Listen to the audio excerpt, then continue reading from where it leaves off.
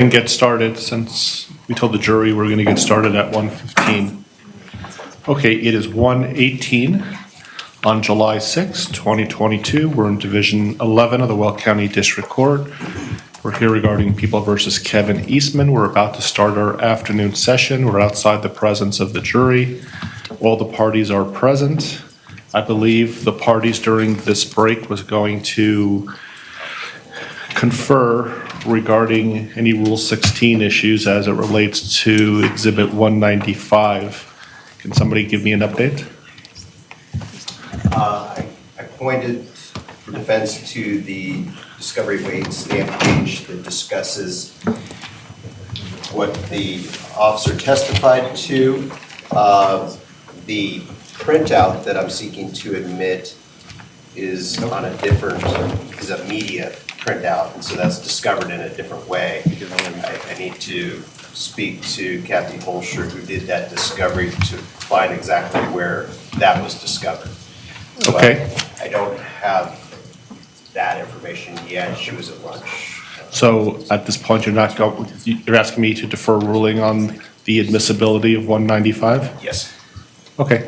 Any other issues before we bring the jurors in? No. No, sir. Okay, so maybe perhaps the witness can resume the witness stand before the jurors come in, if that's okay? Steve, I think you put that You get it?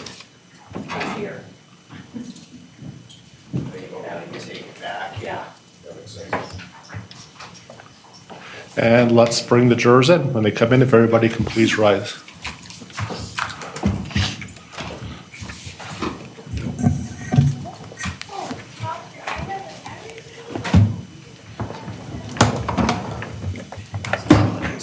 Email that whole.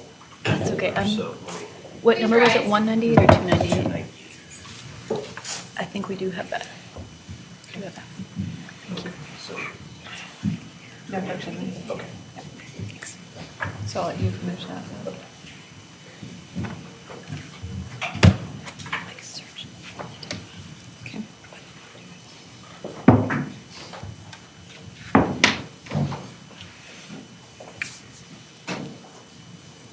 Good afternoon. Hope you had a good lunch. Welcome to be seated. Okay, we're back on the record in the presence of the jury. Sergeant Smith, you're still under oath. Mr. Wren, you're welcome to continue with your direct examination. And Judge, just an update for the court. We do not object to that exhibit now. Okay, so Exhibit 195 is admitted into evidence, and you're welcome to publish if you wish. Thank you.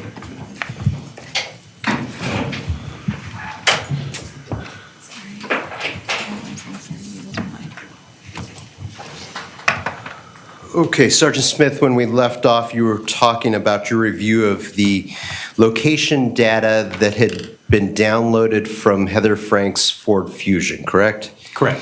And you were talking about you had reviewed the larger set of data from the end of January through February 13th of 2020, correct? Correct. And I had shown you the exhibit that you identified as depicting the different locations of her vehicle at different times during that time frame. Is that right? Yes. And if I could have you look to your right there, is that the printout from the download that depicts various locations during that time period? Yes, it is.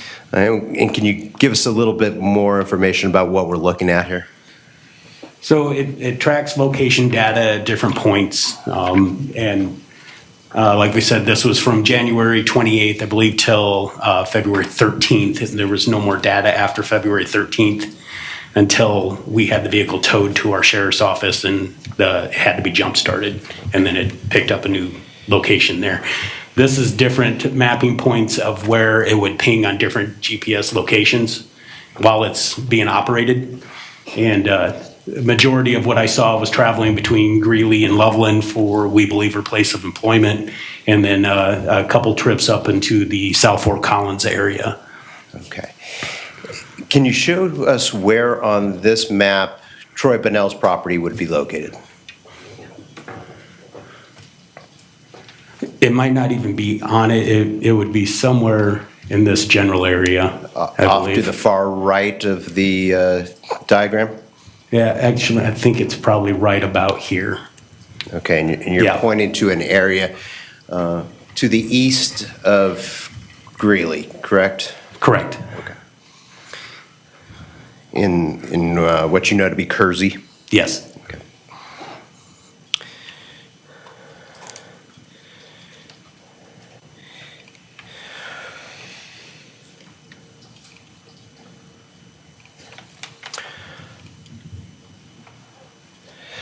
All right. We've heard from Deputy Johnson about him locating Heather Frank's deceased body in the woodpile next to the burn shed. And I just want to have you explain kind of the transition in the jurisdictional investigation at that point. You were there as the lead searcher of the burn pile based on a search warrant obtained from Larimer County related to the investigation of the death of Scott Sessions, correct? That's correct. Was there some kind of transition that took place once Heather Frank's deceased body was located at that location? Yes. Once the body of Miss Frank was located, obviously the jurisdiction would fall to Weld County since we were inside Weld County. At that point, we stopped all our searching and discontinued any processing we were doing, and they sought a separate search warrant for the premises. Okay. And then once that separate search warrant was obtained, did the search continue? It did. At that point, it was primarily turned over to Weld County and their forensic unit and detectives for that portion of it. I did remain on scene to take photographs and just kind of be a liaison and see if anything additional came up that might be useful in our investigation as well. Okay. Nonetheless, did the Larimer County Sheriff's Office continue to remain the lead investigative body for the death of Scott Sessions? Yes, we did. Okay. And then did both agencies simultaneously continue to investigate going forward from that point? Yes, we did.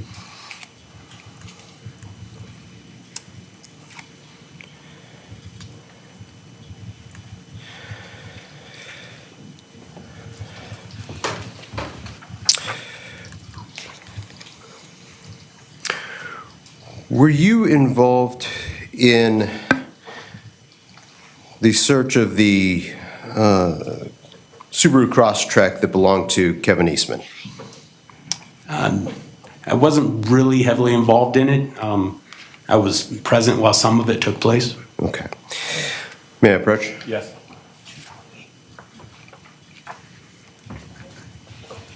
Did you take some of the photos of the tires of that vehicle? Yes, I did.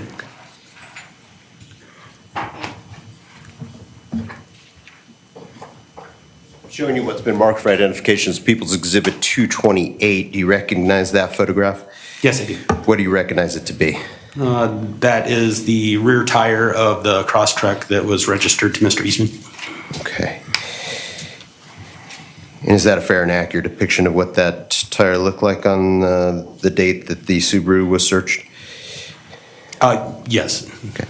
People would offer Exhibit 228 into evidence. Any objection? No. 228 admitted into evidence. You're welcome to publish if you wish. Okay. We may do that at a later time. Thank you. No further questions for this witness. Thank you. Thank you. Any cross-examination? Yes, please, thank you.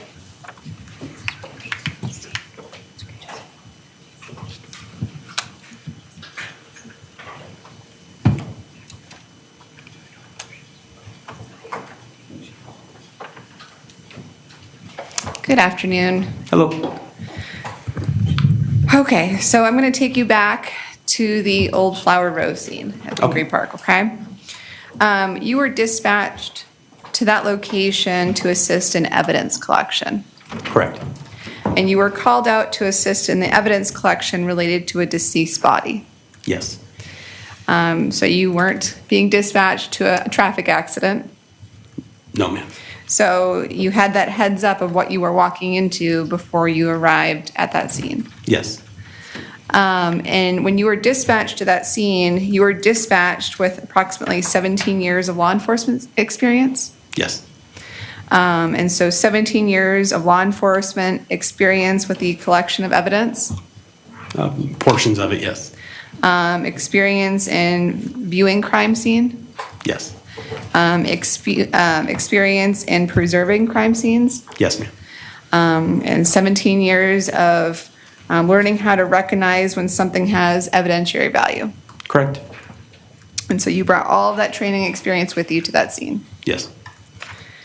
And while on scene, you were looking for and collecting evidence, while you were on scene looking for and collecting evidence, you could tell that a vehicle had been present. Yes. And you could tell a vehicle had been there based on the tire impressions in the snow. Correct.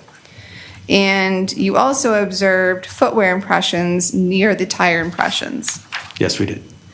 And you observed those footprints or footwear impressions on both sides of where the vehicle had been. Yes. And so based on that, you also observed multiple footwear impressions in the snow behind where the vehicle had been. That's correct. And you also noted footprints near where the body was located? Not directly next to it, but leading up to Right. it and leading to the north from it, yes. And by the north from it, you mean footprints leading from where the body was located to a brush pile? Yes.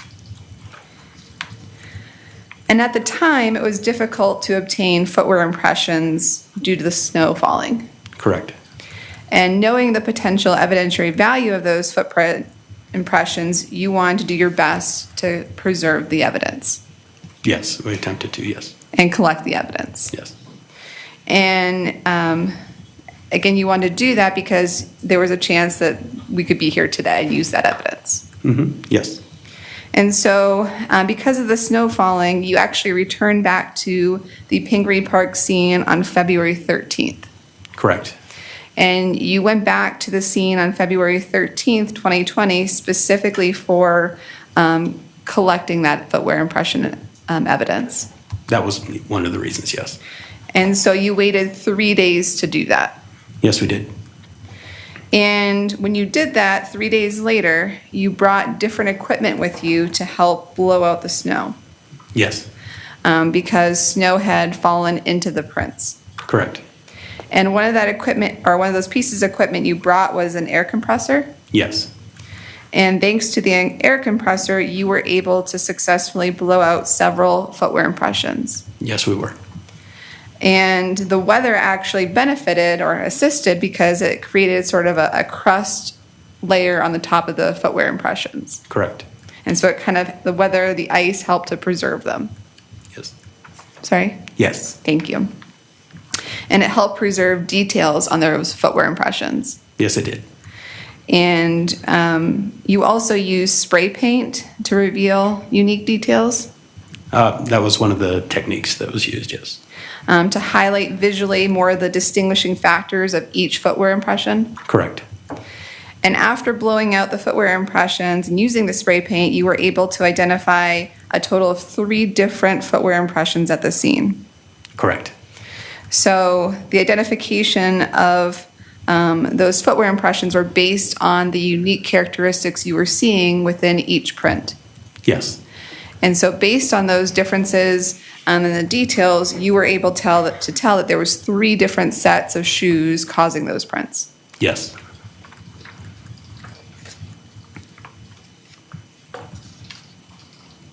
And the prints we're talking about, just so we're clear, those prints are the prints around where the tire impressions were located in the snow? One was near the tire impressions. The other 2 were near the brush pile. Right. And because you brought 17 years of experience to that scene and you were one of the first members of law enforcement to arrive on scene, you know that those impressions were related to the case and not because of first responders. Correct. And after identifying those 3 different footwear prints at the Pingree Park scene, photographs were taken. Yes, they were. And each different style of footprint was photographed. Yes. And on February 26, 2020, you sent an email to Detective Gerald Porter, sitting here with the Weld County Sheriff's Department. Yes. And Detective Porter was the lead detective on the Weld County Sheriff's Department side.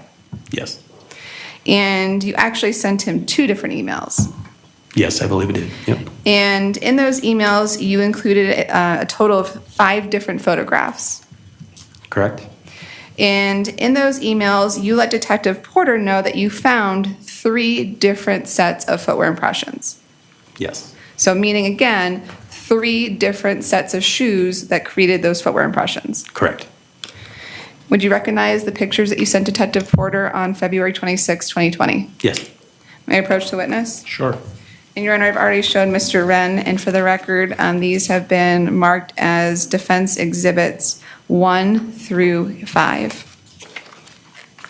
Sorry, W 1 through 5. Thank you. May I approach? Yes. Thank you. Exhibit stickers on the back. Okay. And sir, just give me a look up when you have had a chance to review W1 through W5, please. Good.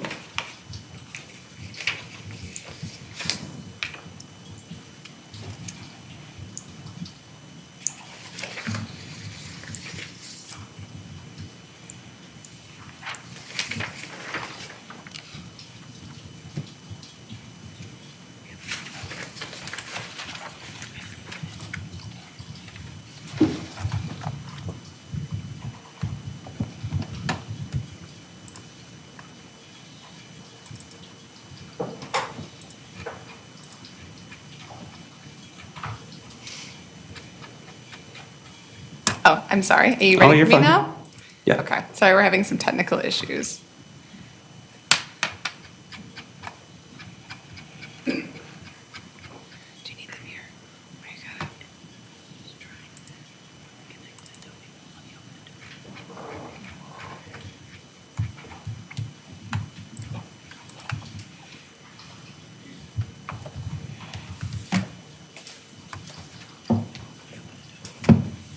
Your Honor, can we please use the Elmo to avoid the computer issue? Sure. You.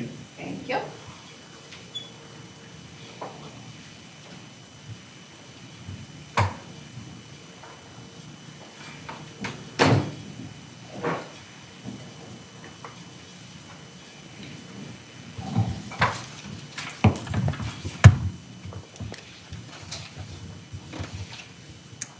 Okay.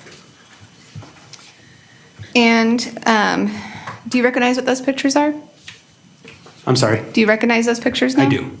And are those a fair and accurate representation of the 5 photos that you sent to Detective Porter on February 26, 2020, identifying the 3 different sets of footprint impressions that you found up at Pingree Park? Yes. Your Honor, at this time, we have moved to admit defense exhibit W1 through W5, Any please. objection? Defendants exhibit W1 through 5 inclusive are admitted into evidence. You're welcome to publish. May I approach the witness? Yes. Thank you.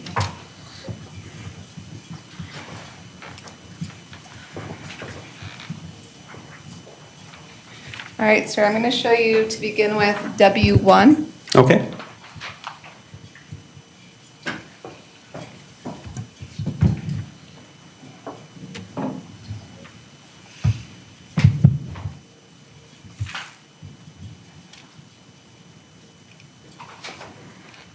All right, sir, what do we see here? One of the footwear impressions we found, I believe this one was leading between the body and the brush pile. The simplest way I can refer to this is like a waffle pattern Okay. impression. And can you please use the pointer, I believe it should be right there, and show the jury what you mean by a waffle impression? I'm sorry, there's a lot of glare, so it's hard to see.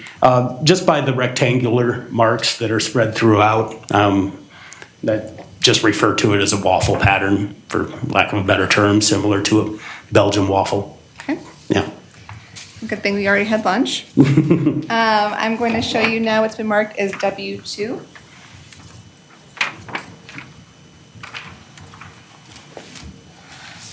And what do we see here, sir? I believe this one was found on the side of where the vehicle backed in. Another boot impression. I refer to this as like a Vibram sole. A Vibram type of boot sole is the most common boot sole in construction boots. For me, what makes me think that's what it is,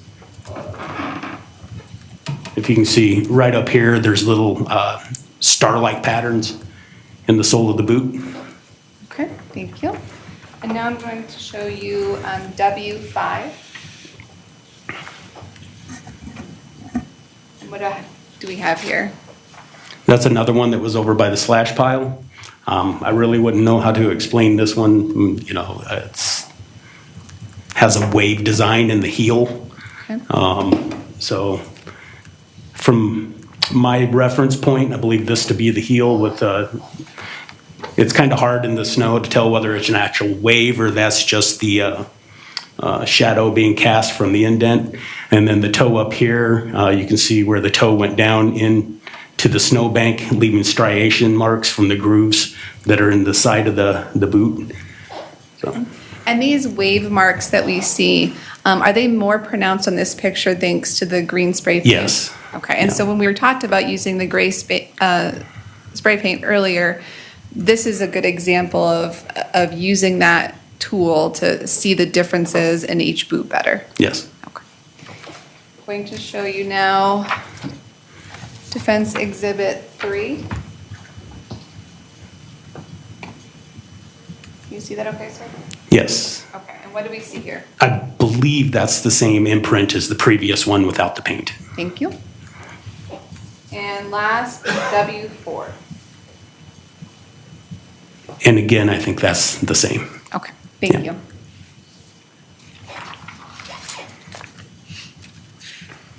And so you sent Detective Porter that email because you recognize the potential evidentiary value of that information. Yes. And it was important to you, as one of the lead officers on the Larimer County side of things, to communicate this information with Weld County. Yes. Because, as we just saw, this means there could have been potentially a third individual at the Pingree Park scene. There's a possibility. Now, on February 17th, you went to the Troy Bonnell residence located off of Weld County Road 45 near Kersey, right? Correct. And you helped Weld County Sheriff Deputy, or I think former Weld County Sheriff Deputy now, Vessel, search Mr. Bonnell's bedroom. Yes. And that was the master bedroom. Correct. And in doing so, you located multiple pair of boots. Yes. And again, based off the information or the evidence we just saw, what boots you were finding was an important thing to document as you were conducting the search warrant. Yes, I want to document as much as I can. And so you took great efforts and care to document via photograph all of the many boots that you found in Mr. Bonnell's bedroom. Yes. And at one point, you, in addition to photographing those, you located a pair of Doc Marten black boots. Yes. And the boots were size 13. I'm sorry, I don't recall the size. Okay. Do you recall telling Deputy Vessels that it was similar to a boot print found at the Pingree Park scene where Mr. Sessions' body was located in Larimer County? I'd have to look at it again, but I do know that there were some Vibram soles that were similar to what was seen up on scene. Okay. And would you recognize the pictures of the many boots that you took in Troy Bonnell's bedroom? Yes, I believe so. Okay. And Your Honor, I've previously shown Mr. Wren these. These are defense exhibits X1 through X20. Are you moving to admit? I don't know if Mr. Wren wants to stipulate. I couldn't hear you then. That's fine.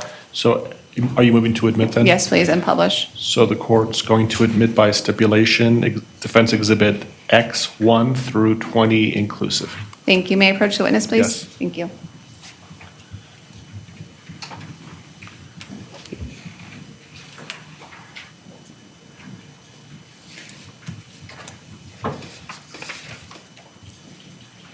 And let's start with X1, please. Yes, ma'am. Okay. And we'll just go through these briefly because I understand that there's many of them. So X1 is, what do we see here? Just the bottom impression from a pair of shoes found in his residence. Okay. X2, please. Okay. A pair of boots that was in his master bedroom. X3, please. Okay. And that would be the soles of the previous one. And on these boots, do we notice a wave pattern? These particular ones, I would call it more of a V pattern, but didn't really stick out to me because of the size of them. The ones that had kind of a wave pattern to it were much closer together. Okay. Yeah. Next, please. X4, I believe this is 4. What do we see here? That is the closet in Mr. Bonnell's bedroom. Are you sure you have X4? I'm sorry, ma'am, I couldn't hear you. X4? X4? Yes. Okay. Yeah, the tread pattern of those boots? Just, what are they, a pair of boots that you found in Mr. Bonnell's bedroom? Yes. Okay. Yeah. Let's do X5, please.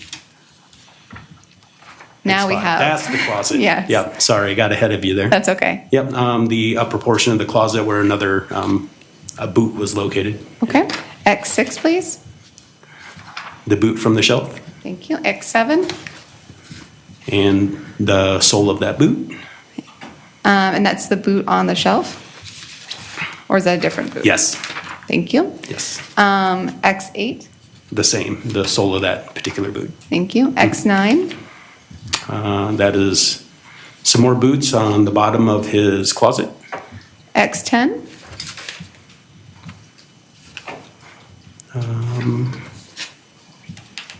And if you want to cheat and look behind you, you can. And all the exhibit stickers are located on the back. Thank you. So on X10 is the question? Yes, please. Are those another pair of boots in Mr. Bonnell's bedroom? I believe it is. Thank you. I'm sorry. That's Yeah. okay. X11. The soles of those particular boots, yes. X12. Again, additional boots from his closet. X13. Side profile of that boot. And From is his that a closet. Doc Martin type of boot? I believe it is. Okay. I couldn't say for sure. Okay. I believe we're up to 14. Yes, that is what I refer to as a Vibram sole on the bottom of that Doc Martin. Thank you. Yes. X15 Picture of the other boot. Yes. of that same pair. Of that same pair. Yes, ma'am. X16, please. Okay. That one, without a reference photo, I'm not sure where, I'm guessing it's from the closet as well. Okay. Yeah, X17 yes. And the sole of that boot. and X18. Make sure I'm on the right one. X18, additional boots that were found in the closet as well. X19, please. Closer up of one of those sets from the previous photo, X20. and a close-up of the other set. Thank you, sir. And thank you, Ms. Morris. So, sir, as we've seen, Mr. Bonnell had quite a variety of boots. Yes. And although you were able to distinguish footwear impression snow prints up at Pingree Park based on what you were seeing, you are not a certified footwear impression analyst, or examiner, excuse me. No, I'm not, ma'am. Because to become one, you have to go through more specific training.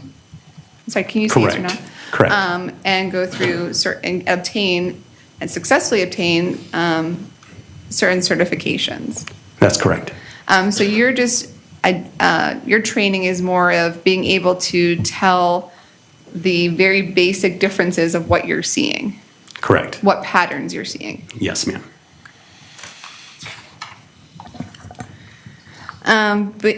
So we just talked about February 17th, but February 17th was not your first day on the Bonnell residence. That's correct. You were there on February 16th as well. Yes, ma'am. And on February 16th, as you spoke about with Mr. Wren, your focus was assisting in the search of the burn shed. Correct. And you learned that Mr. Eastman had been on the property earlier that morning. Yes. And you were advised he was actively burning property in the burn shed. Correct. And when we're talking about the burn shed, I just want to make sure we're clear that Mr. Eastman wasn't burning anything at the wood pile. I was not informed that he was. And you weren't asked to look at the wood pile, you were asked to look at the burn shed. I was asked to start at the burn shed, and it was going to encompass the property as well. And you observed the wood pile, Yes, I did. and you did not observe any indication that the wood pile had been on fire recently, No. or that any gasoline was on the wood pile. Not that I noticed, no. You didn't smell any gasoline near the wood pile? No. And in searching the burn shed, you were trying to locate items of evidentiary value. Correct. And you were focused on, at that time, finding evidence of value related to the death of Scott Sessions. That is correct. And in searching the burn shed area, you located several items of household trash, I did. several cans, Yes.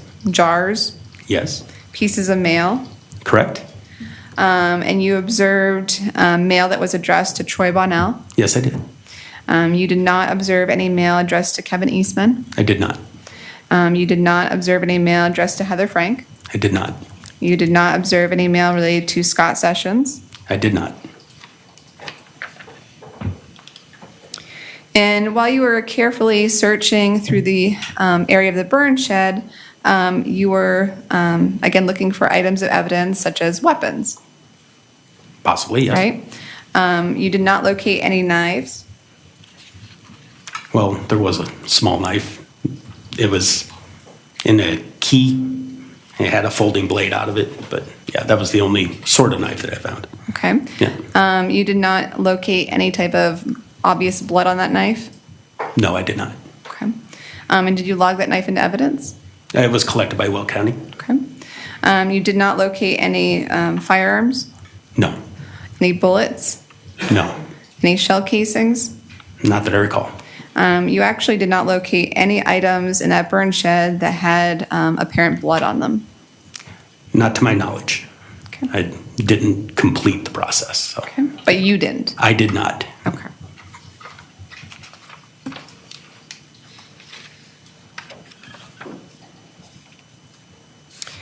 And again, staying on the February 16th day, the burn shed that we're talking about that we've seen is a 3-walled structure. Yes. And the 3 metal walls face the north of the furthest faces the north of the residence. Yeah, I'm not sure if it's kitty corner Right. a little bit or not, but yeah. But the open side faces the residence. On the property. garages, yes. Yes. And while you were carefully sifting through evidence at the burn shed, you were standing in the area where Mr. Eastman would have been standing earlier that morning. I assume so. Okay. And Object this to speculation, lack foundation. I'll withdraw that question, sir. So the jury's not to consider that last response from the witness. And while you were standing in the area of the burn shed, you never noticed a body in the woodpile. I did not. And it wasn't until Deputy Johnson pointed it out to you that you ever noticed it. That is correct. If I could have one moment, please. Sure.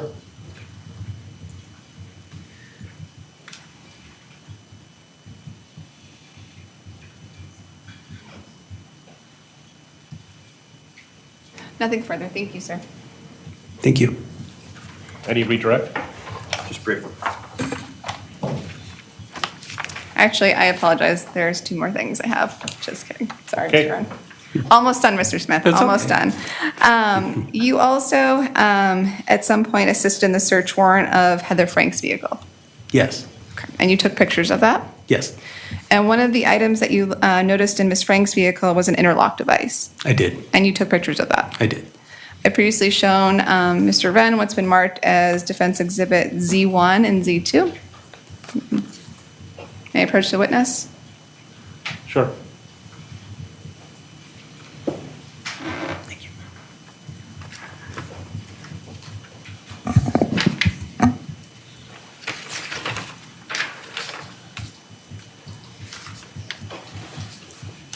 And sir, do you recognize those pictures? Yes, I do.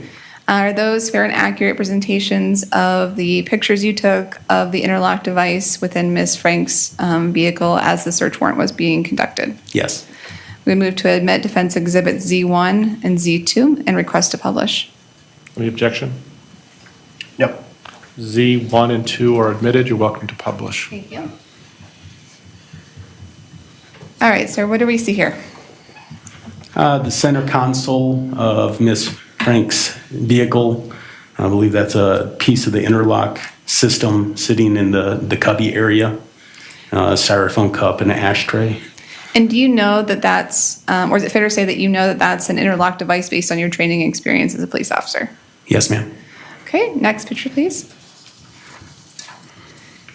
And this is another viewpoint of the interlock device. Yes. And this viewpoint shows us the interlock device around the steering wheel. Yes. Nothing further now. Thank you. Okay. May I approach the witness to bring Sure. the exhibits, unless Mr. Wren needs them?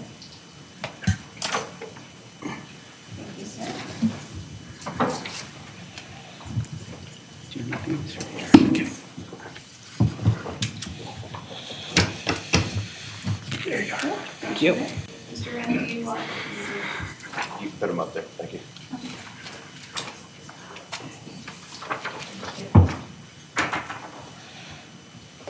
Thank you. Mr. Wren, any redirect? Yes.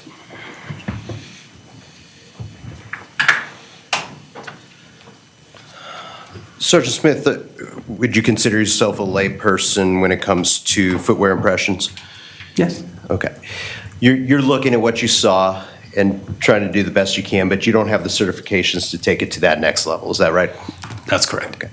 You were present with, well, strike that. When you were looking at the footwear impressions on both the 10th and the 13th, criminalist Dan Gilliam was also present. Is that correct? Yes. Okay. That's more his area. Is that fair to say? I would definitely say he has more expertise in that area, yes. Okay. You described generally one of the impressions that you saw you thought looked like a Vibram sole. Yes. Is a Vibram sole a type of sole that goes on many different types of boots, or is it unique to one particular brand of boot? No, it's very common on several different brands. Okay. And how would you describe a Vibram sole? What's unique about it, if there is anything?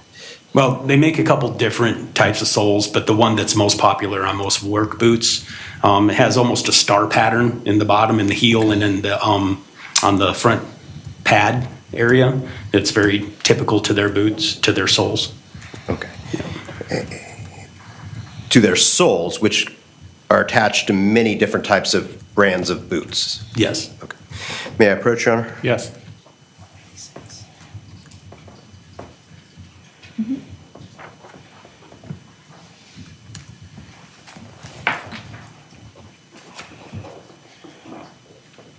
I just showed you what's been marked for identification as People's Exhibit 196. That is a picture of the sole of a boot. Is that correct? Yes. Okay. Is that a Vibram sole based on your experience or not? I believe it is. I would say that this is the less common one. Okay. The other one has a more obvious star pattern. Okay. Yeah. And are there different types of Vibram soles? Yes. Your Honor, I'd object. This is getting very into 702. So to be clear, this witness is not testifying as an expert witness. He's testifying as a lay witness, a non-expert witness. And so it seems to me that he's laid a foundation based on his experience to be able to talk about what he's talking about with the understanding this is not specialized knowledge. This is not expert testimony. It's based on his observations of different boots. Thank you. No further questions.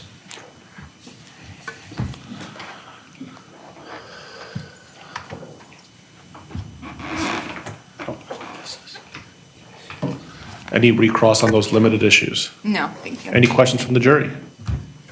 Thank you. You're welcome to step down, Sergeant. Appreciate your time. May he be discharged from his subpoena from the prosecution. Your Honor, the people would call Dr. James Wilkerson to the stand. So regarding this witness, Sorry. may he be discharged from his subpoena. Yes. Thank you, Ms. Devereaux. He is still under ours. Okay, thank you, Sergeant. You may be recalled. Thank you. And I'm sorry, your next witness? We would call Dr. James Wilkerson to the stand. Thank you.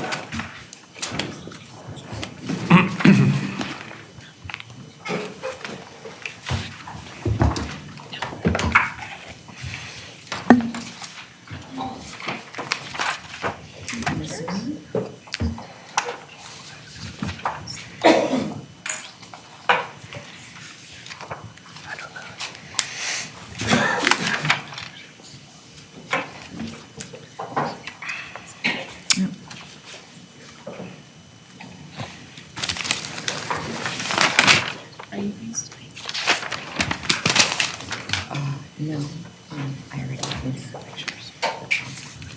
So you're not having any more pictures? Only ones I didn't.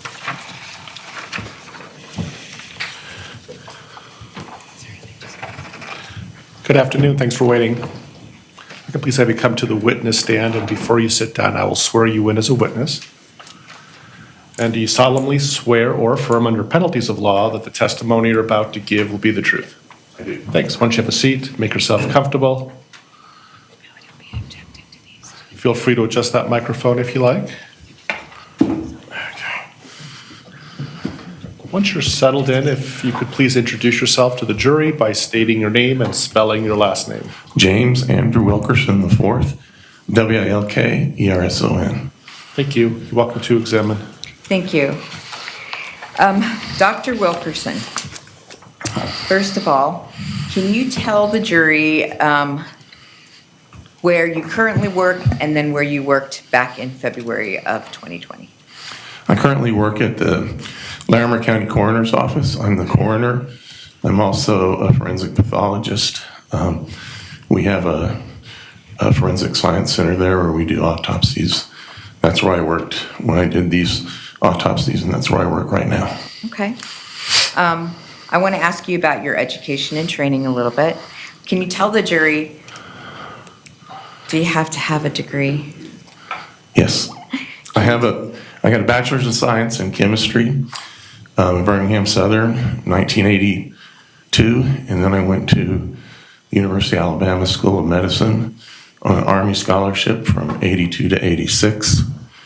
Then I did a 1-year family practice internship, and that was followed by 4 years of pathology residency at Brooke Army Medical Center in San Antonio, Texas, leading to board certification in anatomic and clinical pathology.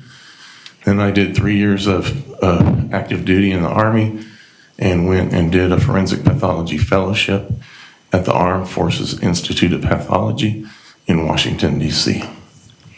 So, do you have to be certified in order to be a forensic pathologist? Yes, in the state of Colorado you do. And are you so certified? Yes. Do you have any other board certifications? No, just those 3. And do you also have to have a license? Yes, you do. Can you tell the jury if you have licenses here and in other states? I have licenses here and in Wyoming, as well as a license in Texas and California. I know we kind of briefly skimmed through your work experience for the recent, but how long have you actually been a forensic pathologist other places? I've been practicing forensic pathology for approximately 31 years total. And you've been a forensic pathologist in lots of different places, including with the Army, is that correct? That's correct. How long were you with the Army? I was in the Army for 11 years. And as part of that Army experience, are you familiar with gunshot wounds? Yes. I want to talk to you about some of your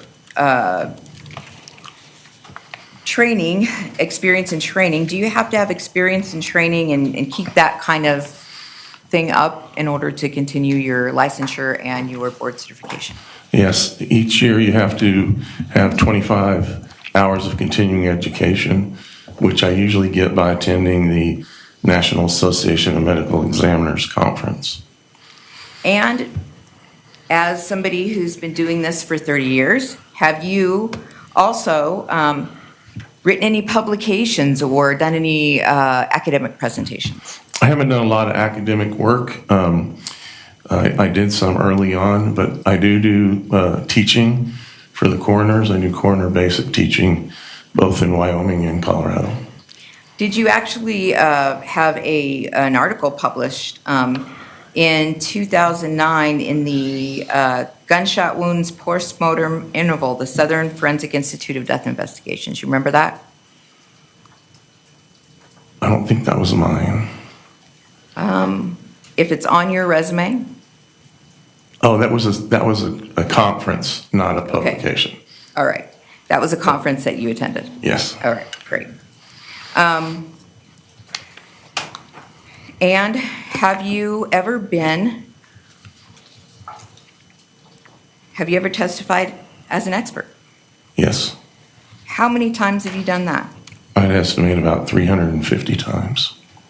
And have you done that in Weld County, Colorado? Yes. Have you done that in other jurisdictions around Weld County? Yes. How many times, how many other places do you think you've testified as an expert? I've testified in Larimer multiple times, Boulder, Denver, Logan. What about the 17th? Adams and Broomfield counties? Adams and Broomfield, when I did those, I testified down there. I've testified in Cheyenne, Rock Springs. Your Honor, I'd object at this point under 401. Let's move on. Yeah. At this point in time, Judge, I would tender Dr. Wilkerson as an expert in forensic pathology. Any objection? No. So the court's going to find that Dr. Wilkinson, pursuant to Rule 702 and based on his knowledge, skill, experience, training, and education, is an expert in the field of forensic pathology, may offer an expert opinion with regard to that subject matter. All right, Dr. Wilkerson, can you tell the jury Bless you. what forensic pathology actually is? Pathology is a branch of medicine that's concerned with the study of disease, and forensic pathology is a subspecialty of pathology that's concerned with determining the cause and manner of death and the mechanisms of injury. As a forensic pathologist, what are your day-to-day duties? One reason I like being a forensic pathologist is no 2 days are the same, but generally I have 8 different investigators, and they will go to all the scenes at night and the day before, and then they will come to me with pictures and descriptions, and we'll decide what cases need to be autopsied, and we will do those autopsies. Some days I'm in court, and some days I'm writing reports if if I get a break in my case flow. Speaking of writing reports, when you complete an autopsy, do you give an opinion as to the cause of death and the manner of death? Yes, I do. So could you explain to the jury what is a cause of death? Cause of death is the injury or disease or lesion that results in the death of the individual. And how is that different from a manner of death? Manner of death is the circumstances of death. There's 5 manners of death. There's homicide, suicide, accident, natural, and undetermined. So you have to make it fit into one of those boxes for the state.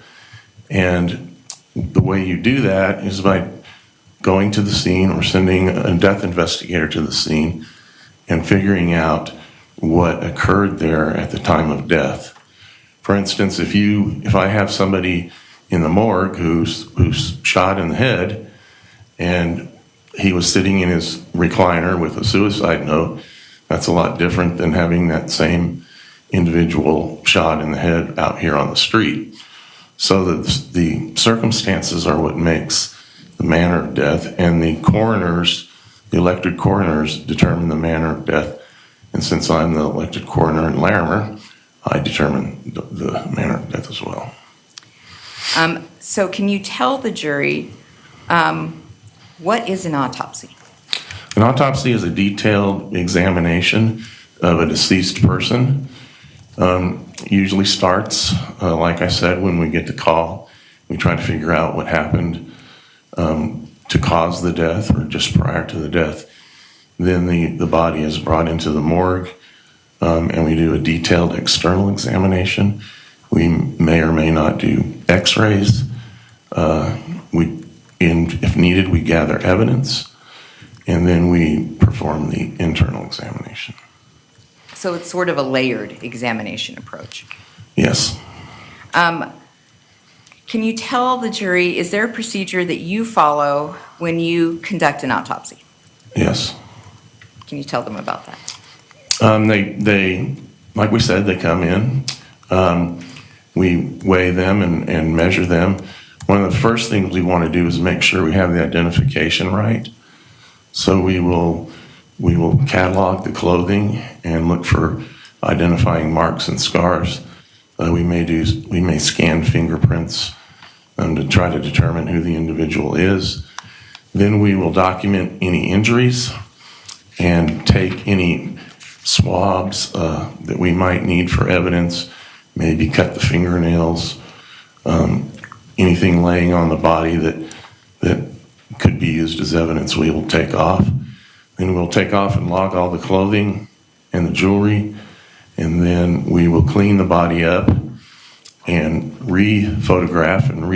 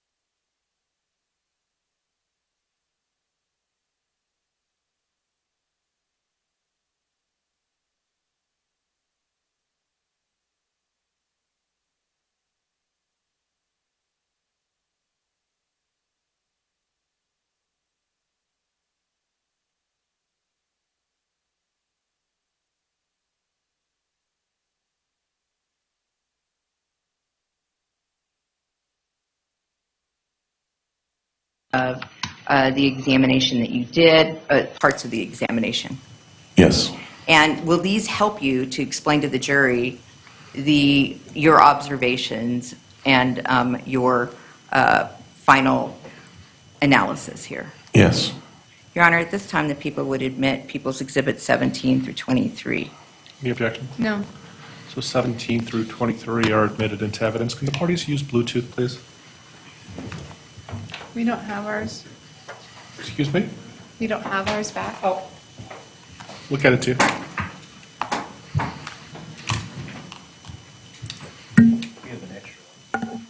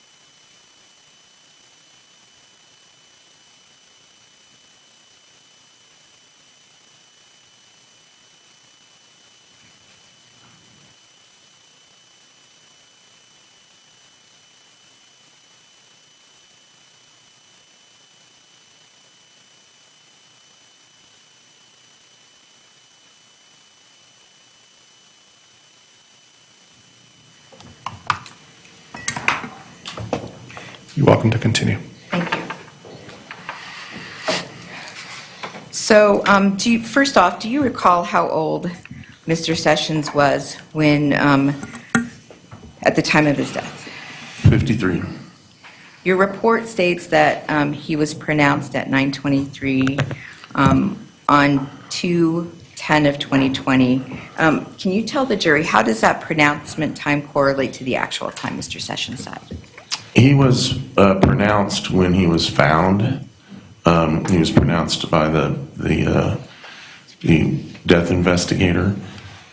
He had been dead sometime before that, but we pronounce him when we find him and are able to pronounce him dead. Are you able to tell the jury a date or a range of, or anything more specific about Mr. Sessions' actual time of death? He was, I would give a rough guess, and these are our guesstimates. They're not really Objection, accurate. speculation. Yes, I don't want you to guess or to speculate, but if you have any other information that can narrow the time, you're certainly welcome to testify. Yeah, I wouldn't want you to speculate either. Okay, I then just didn't know if you had any further information. I do not, and the body was cold and refrigerated, so it changes a lot of things. Okay. Before we jump into specific findings for Mr. Sessions, do you complete a toxicology test on decedents as part of your process? Yes, I did. And did you do that for Mr. Sessions? Yes, I did. Did toxicology testing reveal any substances in his system? There was no alcohol, but he did have codeine, which is an opiate in a small level, and also morphine, which is opiate in a small level, and products associated with marijuana use. In your opinion, based on the totality of your autopsy, which we're going to review, did any of those substances present in his system cause or contribute to his death? No. I want to talk to you about the the causes of death that we are going to get into. The sharp wound, sharp object or knife wound that he received. So after you complete an autopsy, you do a report with your findings, right? That's correct. And that report reflects the diagnosis that you made based upon your observations during autopsy. Yes. For Mr. Sessions, one of your diagnoses was sharp force injury to the neck and head. Is that right? Yes. If we could please publish People's Exhibit 20.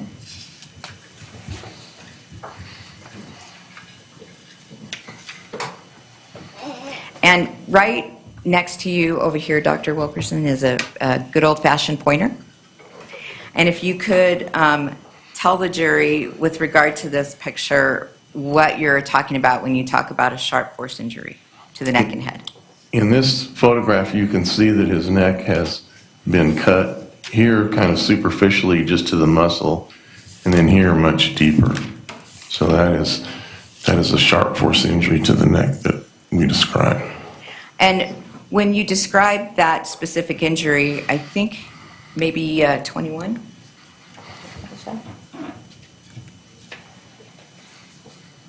This is from, I think, the back of the head. That's correct. And okay. Go ahead. I think that might give you a better way to... It shows how deep this wound is on the side and the back of the neck. It actually goes to the vertebrae, the cervical bone in the center of the neck. This is another sharp force injury. It's just a superficial cut, and this is more of a superficial stab wound. All right. If we could, I want to talk a minute about this specific photo. You note in your report that there was some transection of arteries and things like that. Can you tell the jury, in his case, what blood vessels were transected during this particular incident? The jugular vein was transected, and it's difficult to see, but in the bottom of the wound, there may be an additional stab wound because the vertebrae, looks like the vertebrae were tried to be pried apart, and so the vertebral artery that runs in the vertebrae appeared to be injured as well. There's lots of vessels in the neck. Even if you don't get the big ones, a cut like that will cross lots of blood vessels. And if we could put it back on, let me see here. People's Exhibit 20. This is from the front. Is this a better place to explain some of the arteries that were severed or veins? No, because the ones that are severed are actually just under the surface of the bone, but a lot of the carotids are the major artery in the front of the neck, and it was not cut, but the jugular vein right next to it was cut, and so there'll be lots of branches that come off of that carotid that were cut. And can you tell for the jury what kind of force has to be applied in order to create this type of an injury? It would depend on the sharpness of the knife. I can't give you a numeric designation, but it would require a steady, pretty hard cut. And does this injury, does it change directionality? Does it go, is it from left to right? Can you tell the jury about that? It starts just on the left side of the neck and then comes around, and you can see it here to the right side of the neck where it gets much deeper and then goes out the back. So it's front to back in its cutting stroke. I want to talk about the wounds on the hands, because one of the other notations in your report is there are sharp force injuries to the hands. So if we could publish People's Exhibit 22.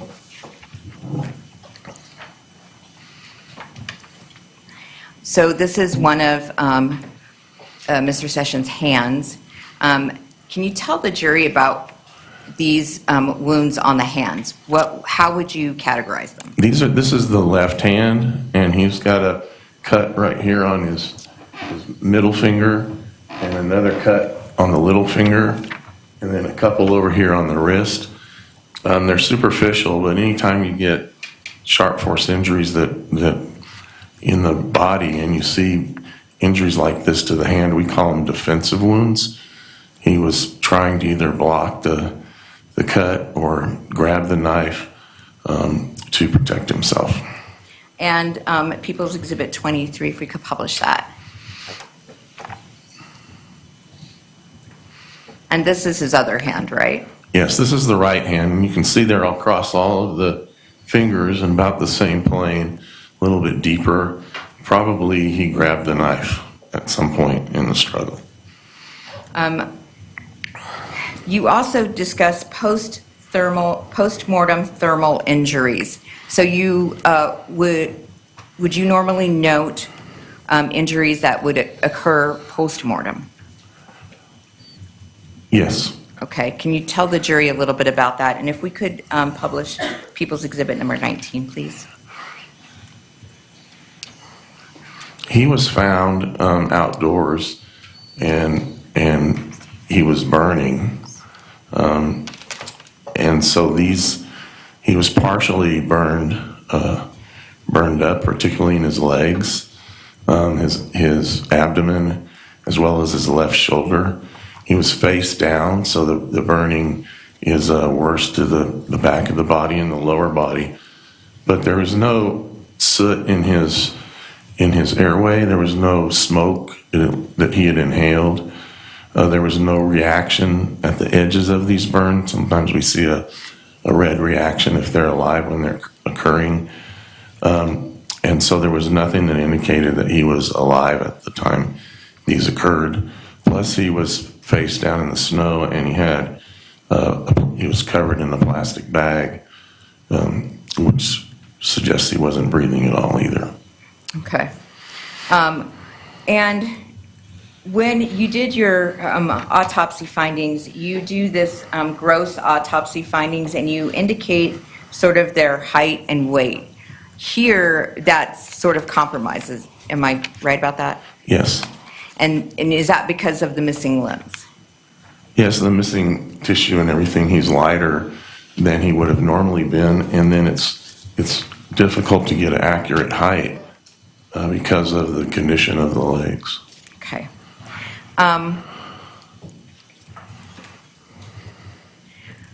So here we've been talking about the causes of death that you noted on your report. Can you give the jury what the manner of death here is? The manner of death is homicide, which means that he was killed by another person. I want to now turn to the autopsy of Heather Frank. Did you do an autopsy on Heather Frank on February 18th of 2020? Yes, I did. And do you recall what her age was at the time of autopsy? 48, I believe. So with her as well, the report states that the date of death is on 2/16 of 2020. Does that date of death correlate to when she was found? Yes. Not actually when she died? Correct. How much did she weigh? She weighed 135 pounds. How tall? And she was, I think she was 63, 65 inches in height. Would it refresh your recollection to look at your report? Yes. Your autopsy report? Please do so. Okay, she's 135 pounds and 67 inches in height. So for those of us who have a hard time with inches, can you tell me how much that means in feet? Well, 6 feet is 72, so she is 5'7". Okay. Was there toxicology done for her? Yes. And what were those results? She had a relatively high alcohol. It was 243 or 248. And she also had a small amount of methamphetamine on board, a level of 35. Okay. And when you say small amount, can you sort of quantify that for Your Honor, us? I'd object outside the scope of his expertise. He's not been endorsed as a toxicologist. Sustained. You just noted that that was a smaller amount. Is Yes. that correct? Okay.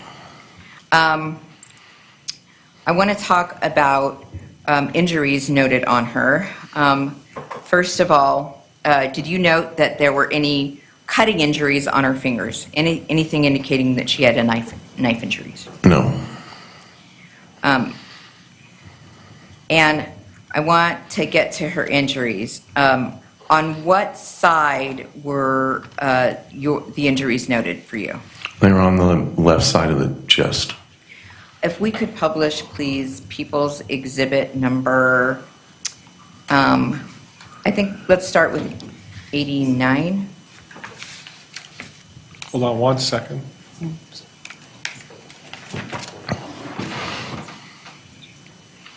Okay, I'm sorry. You're welcome to publish now. Thank you. So when Heather Frank came to your office from when the coroners went out to get her, this is how she came to your office, is that right? That's correct. This is the body bag, and she was wrapped in plastic, and that was tied with baling wire. And People's Exhibit 93, please, if we could publish that.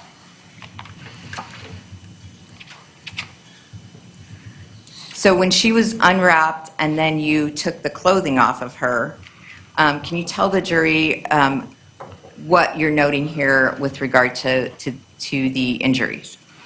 She had two closely approximated gunshot wounds to her left chest, and that's what you can see in this picture.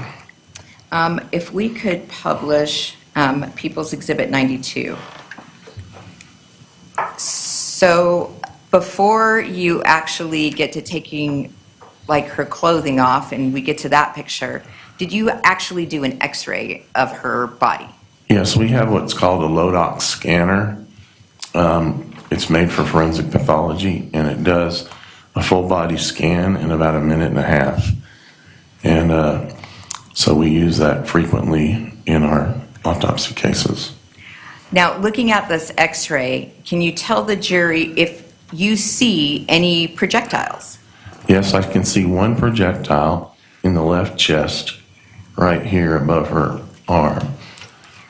You can also see how the left chest is cloudy. That's because there's a lot of bleeding that occurred because of those bullet wounds. If we could publish People's Exhibit number 97, please.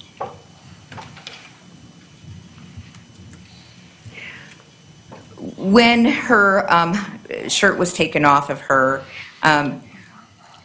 was there something about this sweater that you noted regarding possible cause of death?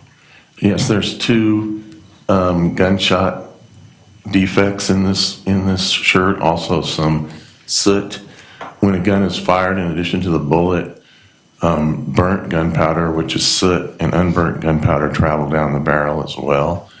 And if the gun is close enough to the clothing and the individual, then that will be on the skin and give you an idea of the range of fire. And if we could go to People's Exhibit 98.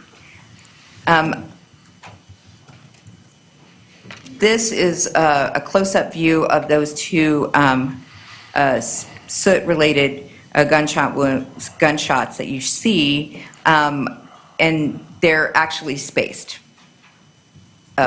apart from each other. Is that right? Yes.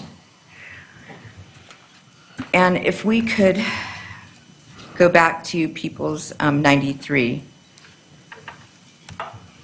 So this gunshot wound that was close and causes soot, does it also go through to contacting her on the skin? Yes, if the wound is in contact with the skin, you won't get as much soot because the soot will be forced down into the wound, but you'll still have soot there. So one of them, the lower one here, it's about a 1/4 inch in diameter, and it doesn't have a lot of soot around it, but it is still a close range wound, a contact wound. This other one is a 1/4 inch away. Again, it's a 1/4 inch wound, and it has a rim of soot around it that's about a 1/4 inch in diameter. And that indicates that it wasn't quite as tightly pressed against her, so that some of the soot could leak out between the muzzle and the body. When you did that x-ray to see if there was a projectile still in her, actually when you did some further examination, you found a projectile, is that right? Yes. If we could publish People's Exhibit 94 first. So this is taken from the back. Are these exit wounds? Yes, the one's a partial exit. This one is a partial exit because it still has the bullet in it. This one's a complete exit. And they're normally when a bullet goes into the body, it's stabilized and it spins and it makes a nice round hole. But when it comes out, it's deformed, it's tumbling, it's not doing its stabilization thing, and it just kind of tears the way out. So it's more like a tear, or what we call a laceration. So these have a rim of abrasion around them. So we called those shored exits, which means something was tied against her back when those bullets got to the exit point. Sometimes it can be a stout bra strap. Sometimes it's means they're lying on the ground or up against a wall, or even a car seat can do that. And People's Exhibit 96, when we talked about that projectile still being inside, can we publish that, please? Is this a better picture of what you found when we were doing the autopsy? Yes, this is partially taken out by me from that wound. You can see that it's pretty small, and this is the projectile that was still left in her, just right under the skin. And the sort of projectile that you're left over with, does that indicate to you what kind of a caliber was involved? Yeah, I'm not a ballistics expert, but so I just call them either small caliber or large caliber, and this looks like a small caliber projectile. And if we could publish 95, I think this is a better picture for when we were talking about the soot actually on this wound.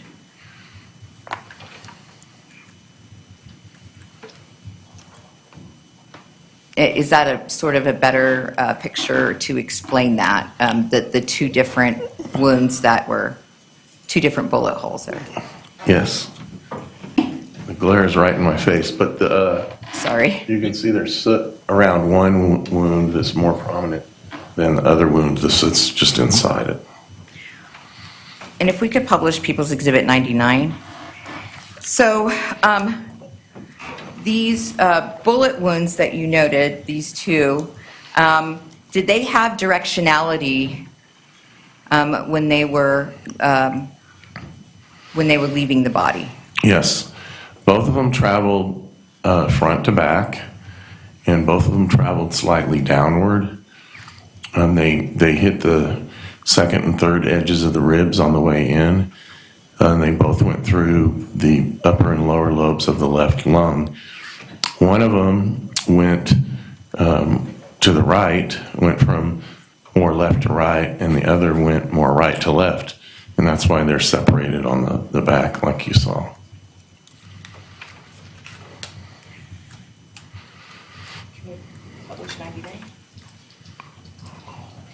So on the front of the jacket, we noted that there were just the two holes with the burning. On the back, this jacket, it has some other substantial situation going on here. Can you tell the jury about that? This is just bleeding from the bullet wounds. that is soaked into the back of the jacket. She was found at least partway on her back with her hips turned. So that's just gravity pulling the blood out of the holes. And we saw how there was basically 900 mLs of blood in that chest cavity, which is a quart of blood. And so the blood leaked out the holes too. And can you tell the jury what that blood, I want to talk about that cause of death, because really the bullet wounds can cause death, but isn't it partly what happens as a result of when it gets into your body? Right. The mechanism of death, and I know this might be semantics, the cause of death is the bullet wounds, but what the bullet wounds do is they produce bleeding, and that's why you die. And this particular bleeding, you talked about there being posteriorly aspiration of blood in the trachea and a left hemothorax. Correct. That's the blood in the trachea comes because the bullet injured the tracheal tree, so you get blood into the trachea, and then the blood in the chest is what we call hemothorax, and it bleeds around the outside of the lung, and that's what caused that whiting out of that lung field. And when we were talking about hemorrhages earlier, is this sort of an internal hemorrhage situation? Predominantly, yes. And I want to talk about the length of time it would take to die from such a thing. I mean, I would just say minutes. It could be 5 minutes. Your It Honor, could I'd be object to 25 speculation. minutes. So, Doctor, are you guessing or speculating, or is this based on your expertise? It's expertise. Some people die relatively quickly, but some take some time. So you're not speculating? No. So I'll overrule the objection.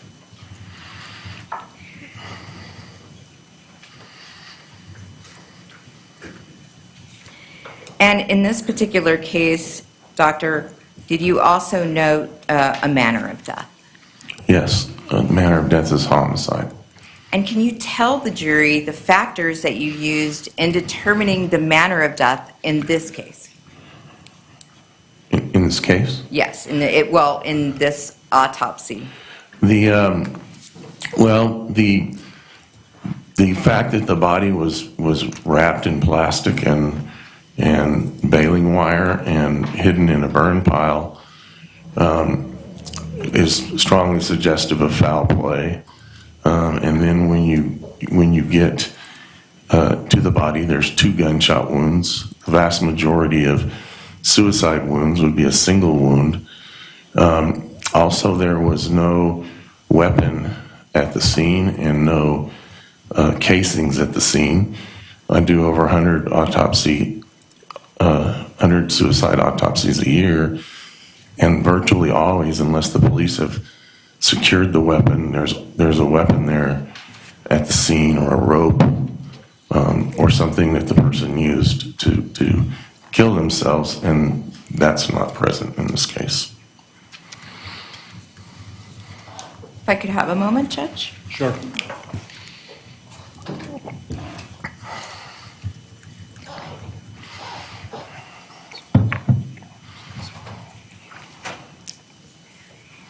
When you said that this was a small caliber bullet wound, how would you classify a .22 caliber? Small caliber. Okay, thank you.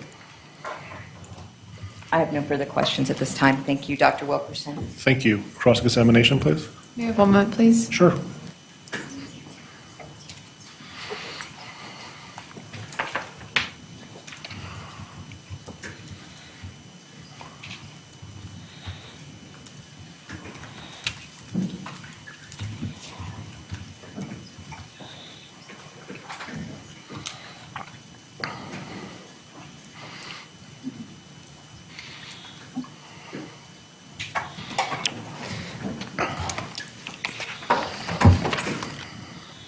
Thank you, Judge. Good afternoon, Dr. Wilkerson. Good afternoon. Is your knee feeling better? Yes, my Good. knees are much better. Good, glad to hear it, sir. So let's start with Mr.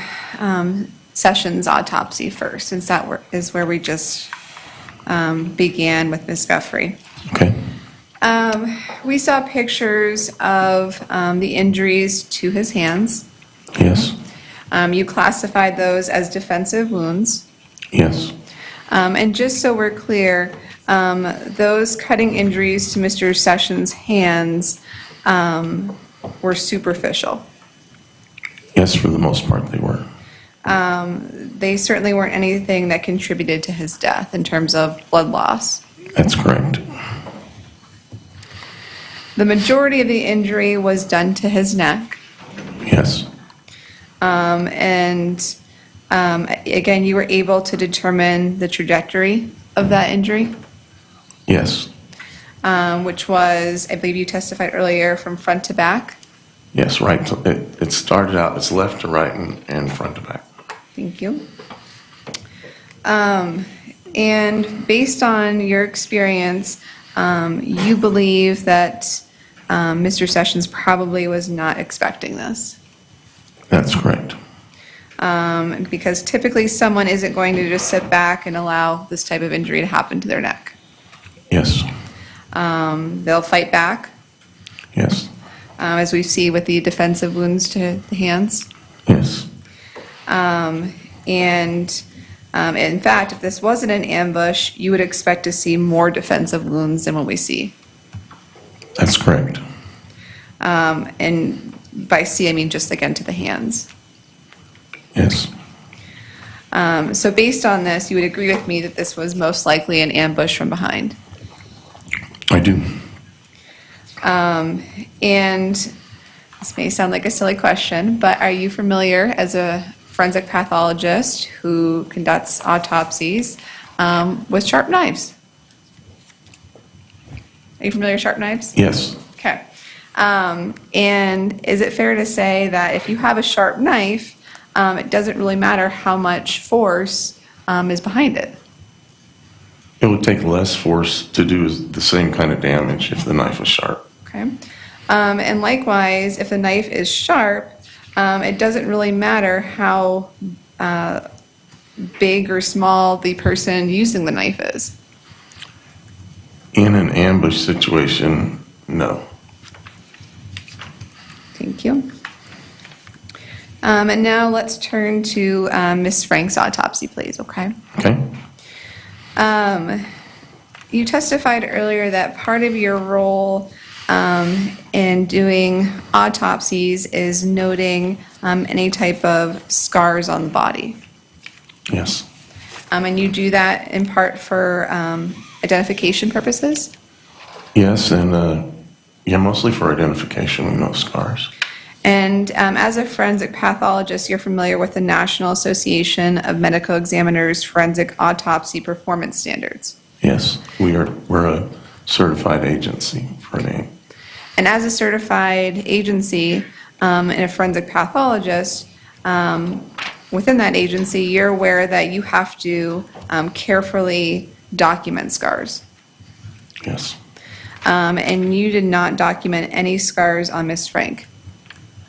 we looked for scars on her wrists because we got information that she had them, that they were pretty faint. Okay. You did not know any scars on her neck. No.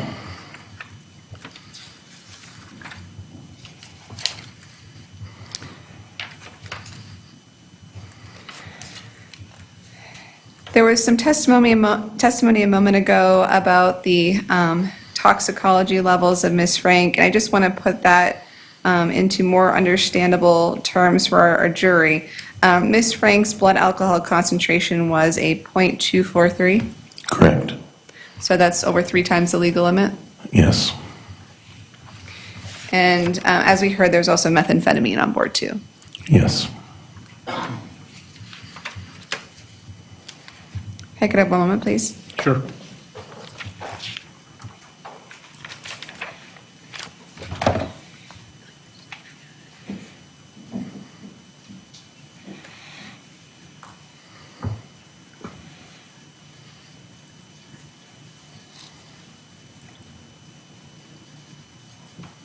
And Your Honor, I believe that we are close to our cross-examination, close to the conclusion of our cross-examination of this witness, but there's just one thing we would like an opportunity to check on. So if we could take this time to do our afternoon recess before we finish with Dr. Wilkerson. We just want to be respectful of his time and not have to recall him later on. Thank you. Okay, we're going to take our afternoon break just a little bit earlier. For about 15 minutes, I want to instruct you until the trial is completed. Please do not discuss this case with anybody. That includes your family, people involved in the trial, other jurors, or anyone else.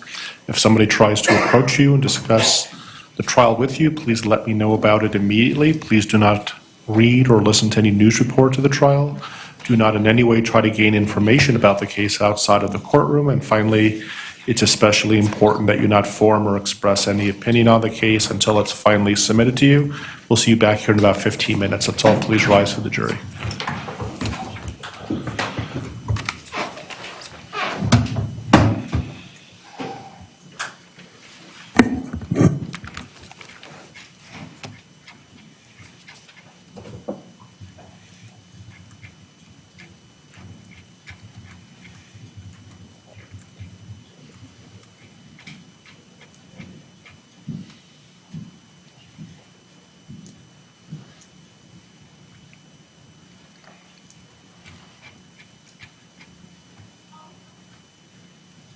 Okay, you're welcome to be seated. We'll see you back in about 15 minutes. Dr. Wilkerson, you're welcome to stay there. Or...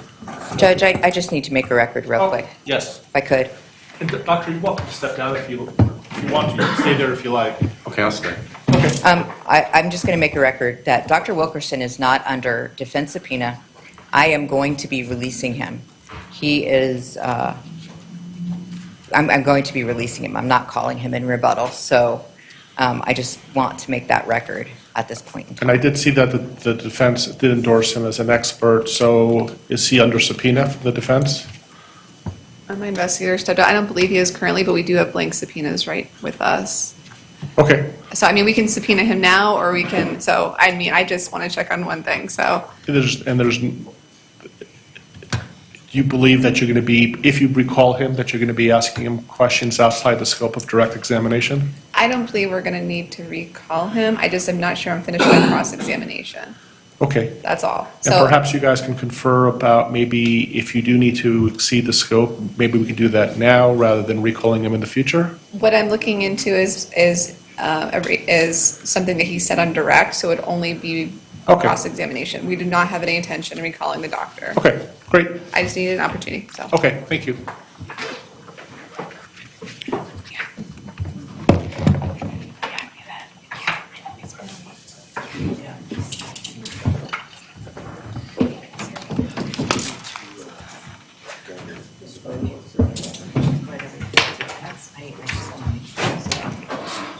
I figured you'd want that.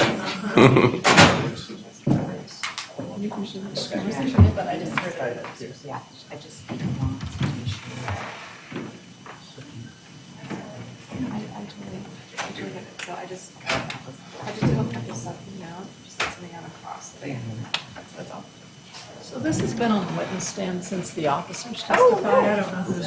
Who belongs to. that. That's mine.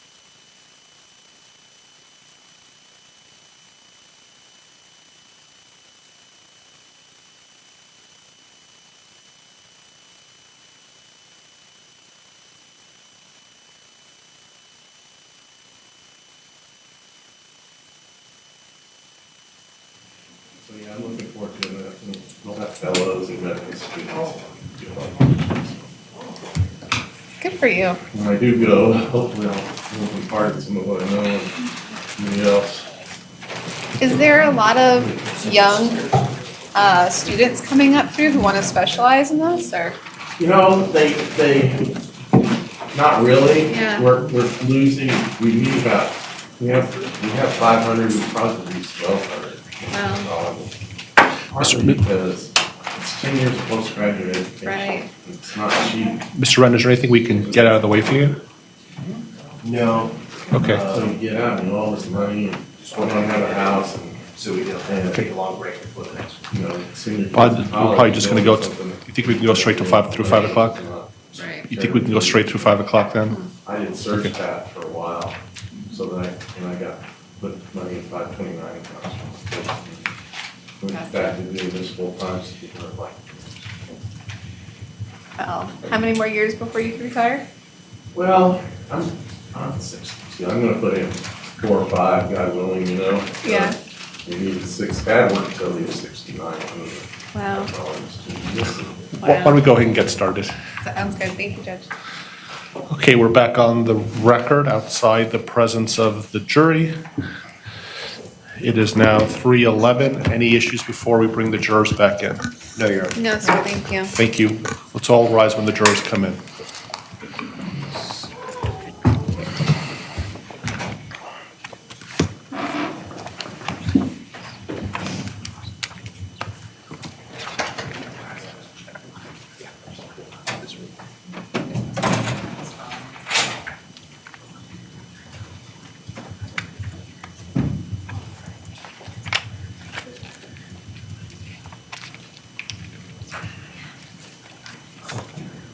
Please rise.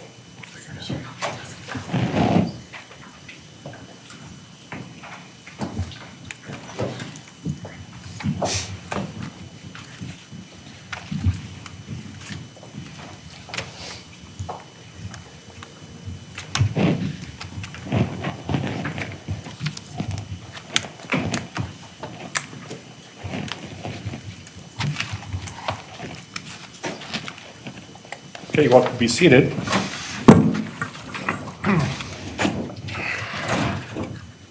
Any additional cross-examination? No, and we appreciate the court's patience, and Course. thank you, Dr. Wilkerson. Ms. Guthrie, any redirect examination? No, Judge, no further redirect for Dr. Wilkerson. Thank you, Dr. Wilkerson. Let me ask, before you step down, let me ask the jurors if they have any questions. All right, you're welcome to step down. We appreciate your time. Thank you for serving. Thank you. And he's discharged from the prosecution subpoena. Yes, he is, Judge. Thank you. Next witness, please. Thank you. The people called Daniel Gilliam to the stand.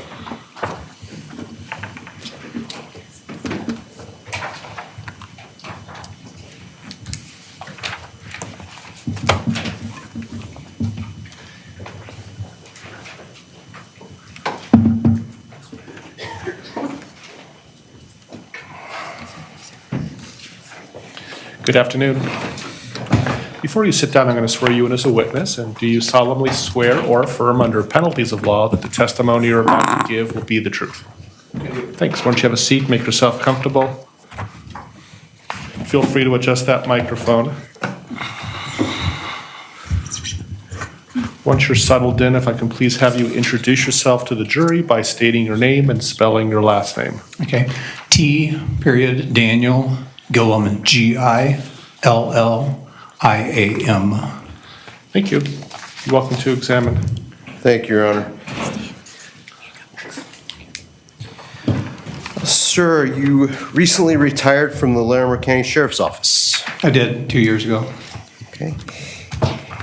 When did you originally start with the Larimer County Sheriff's Office? I started as a reserve officer in October of 1981. And were you employed by them continuously up until your retirement 2 years ago? Except for a period of about 2 years where I went to work for a company called Dive Rescue International. I'm sorry. I'm sorry. Dive Rescue International. Sorry. Okay. And what was your title with the Larimer County Sheriff's Office when you retired? Investigator/criminalist. What is the role of a criminalist? Criminalist is someone who has a special background in forensics. They may not specialize in one area, however, I did. Has special education training in the process major crime scenes. They also, or any crime scene they could be called out on. And then in my case, I had certain specialties that I also dealt with while doing crime scene investigation. Okay. And were you a sworn police officer? Sworn deputy, yes. All right. Approximately how many homicide scenes have you been involved in processing as a criminalist?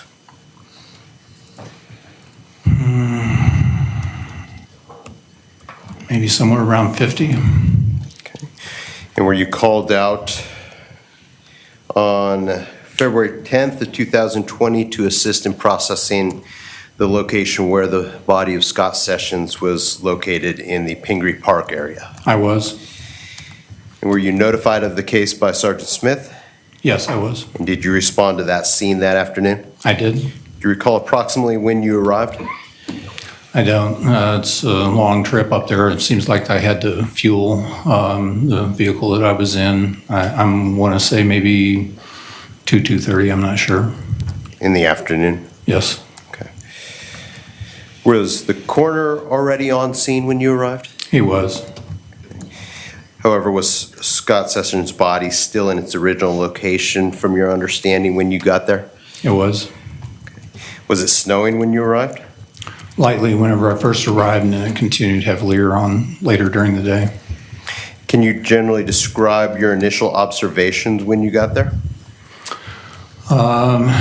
Several investigators, patrol officers, the coroner's investigator. There was a path that I was shown that had been established to the location where the victim was. Victim was face down on the ground with a log next to him. The log was still smoldering. The right leg was missing from being burned through. Covered in snow primarily, hard to see. Left hand was, the arm was extended 90 degrees out, and then the elbow was bent so that the left palm was down on the ground. And then the right palm, as I recall, or the right hand, could barely be seen between him and the log. Describe the steps used by a criminalist in processing a scene such as this. The first thing you do is get an idea from the others who are there previous to you as to what they've seen. And then I always start out with taking overall photographs, documenting the scene with photography as the way I originally find it. And then in this situation, I also take photographs as I go in trying to assist the coroner's office in investigating, number one, the body, and then also removing the body. So as we would move the body to gather more information as to the front of the body and the condition of the front of the body, and to see the condition, we would continue to take photographs, or I would continue to take photographs as we went. And did you employ those steps in this particular case? Yes, Was a diagram of the scene also drawn? it was. Okay. And were you involved in that? I was involved in cleaning up the original diagram from the original. All right. And so there was a kind of a rough sketch by Corporal Williamson when he arrived. Is that correct? That's correct. And then at a later time, I received that and just try to clean it up with anything that was on his. But the information that was on mine came directly from his.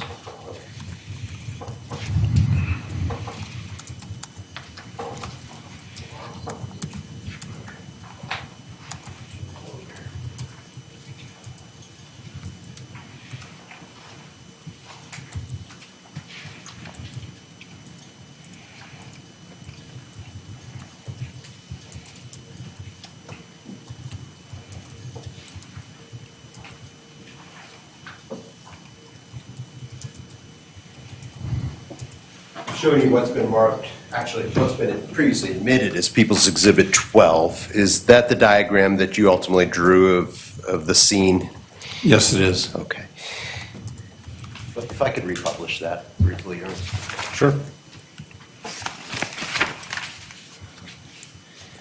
All right.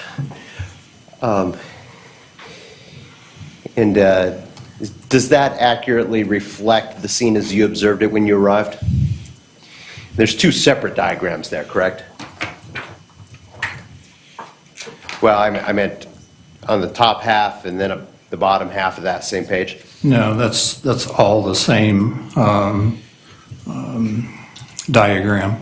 The west edge of the Forest Road 135, and then stump number 1, stump number 2 were in the area where the victim was at, and so we triangulated, in other words, measured from those two stumps 2 different parts of the victim. So no, this is all one diagram. Well, when I say 2, what is above this line here is one diagram, and then this is a close-up. Oh, yeah, I'm sorry, yes. What is above it? Is that Yes, correct? the line going through the middle with the hash marks delineate the overall from the detailed. Okay, so this is drawn back a little bit, and then this is closer up. Yeah, this is more of an overhead diagram, and then the measurements down at the bottom to the victim are more of a close-up. Okay.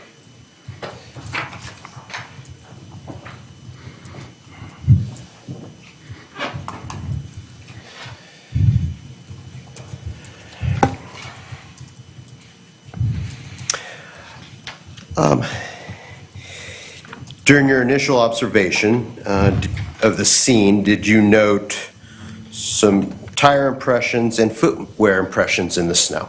Yes, they were shown to me upon my arrival. Okay.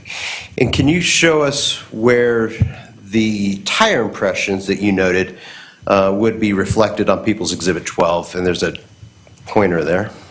So the tire impressions are right here on the edge of the curve, and it appeared that a vehicle had backed into that area.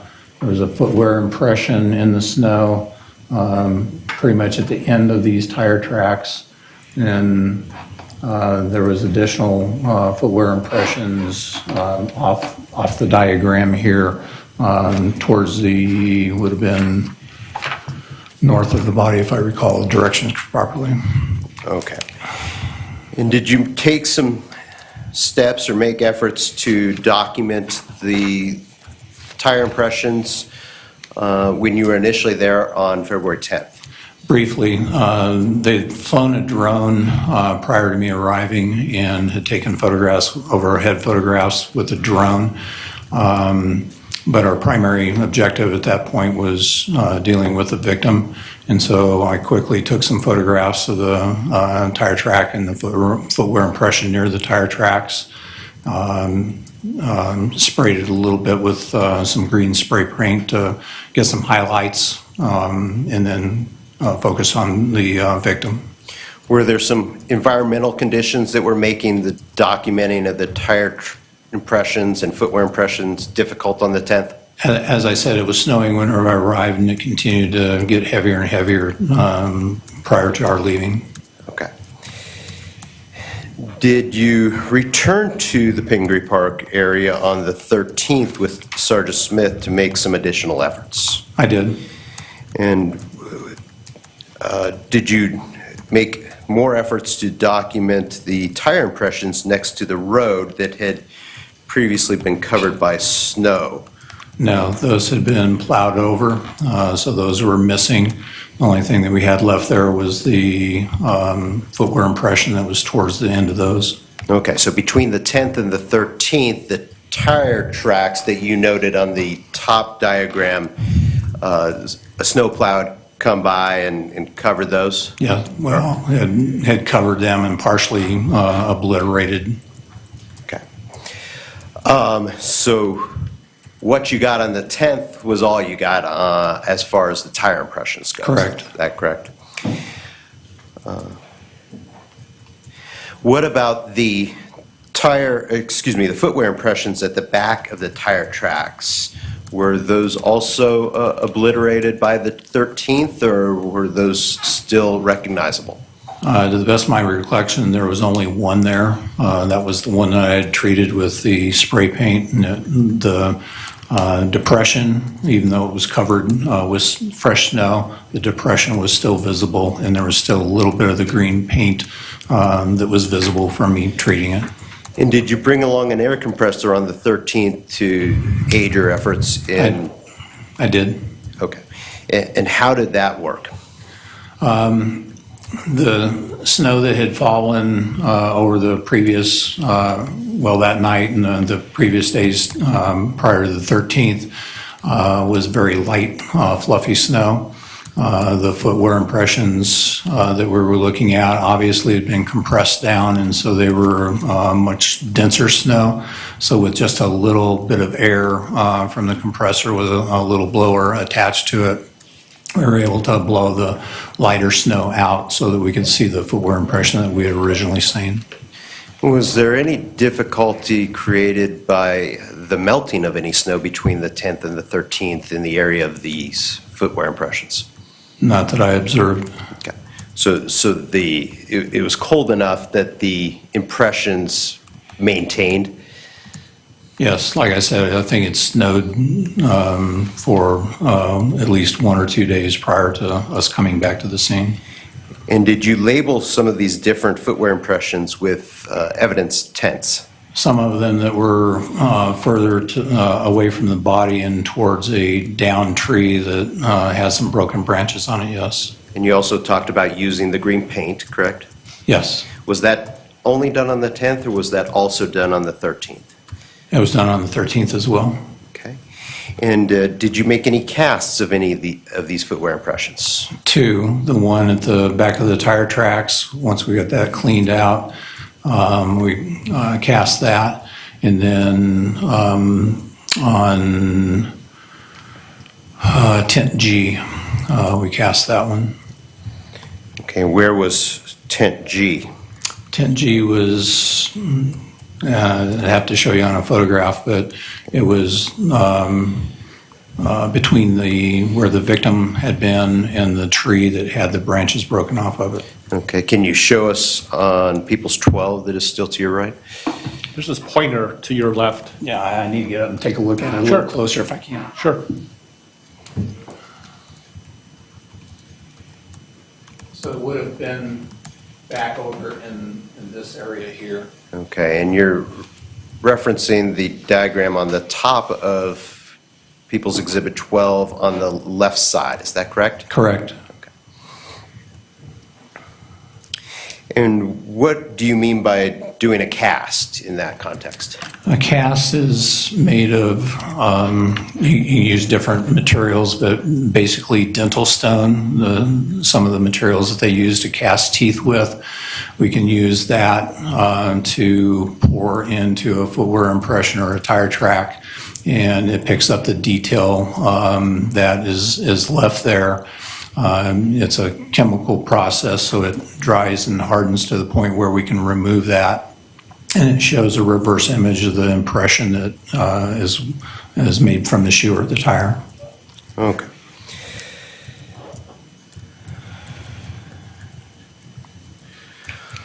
All right. In looking at those 2 casts that were made, did they appear to have been made by different shoes? The footwear impressions in the bottom of the depressions appear to be made from different shoes. I didn't ever examine the casts. I pulled the casts out. We took them into the lab, let them dry, and then I boxed them, so I never really looked at them in detail. Okay, but you were looking at the photographs of the green paint. I was actually looking at the footwear impression itself in the depression in the snow. Okay. May I approach you? Yes.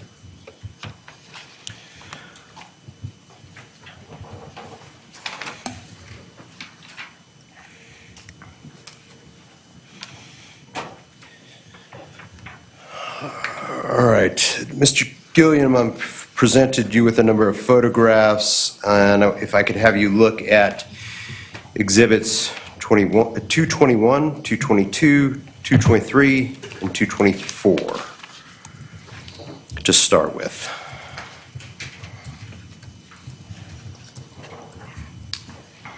Okay, Have you had an opportunity to review those photographs? briefly.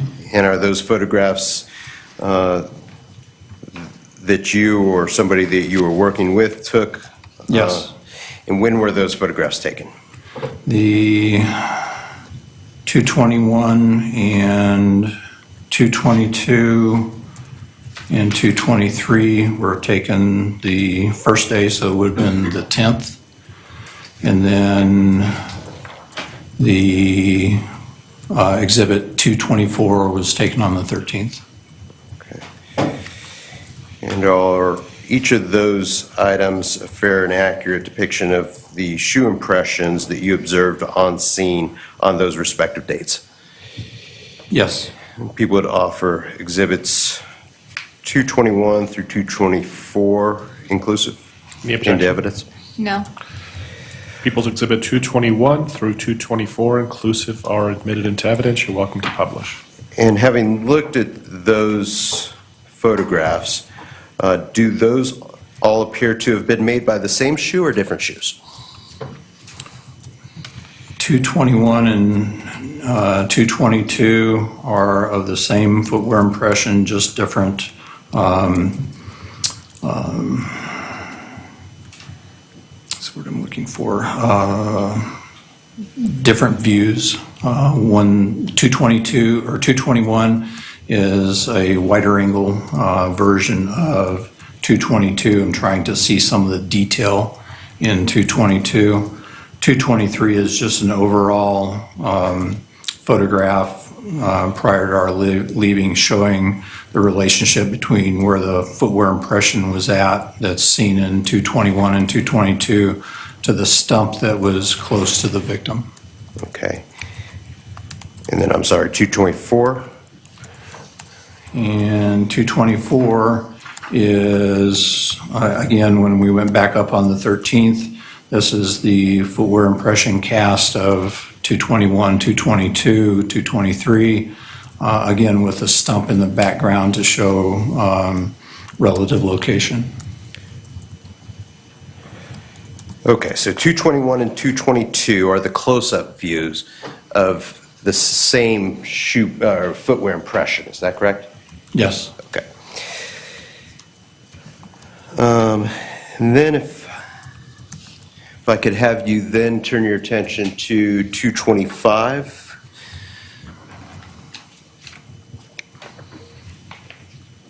Is that also a photograph taken of a footwear impression at the scene? It is. This is on the 13th, and this is from the impression that we marked as tent E. Okay.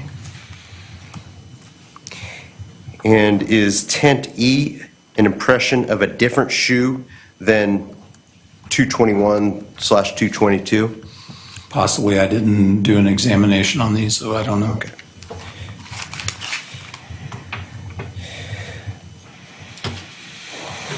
Is 225 a fair and accurate depiction of what you observed on tent E on February 13th?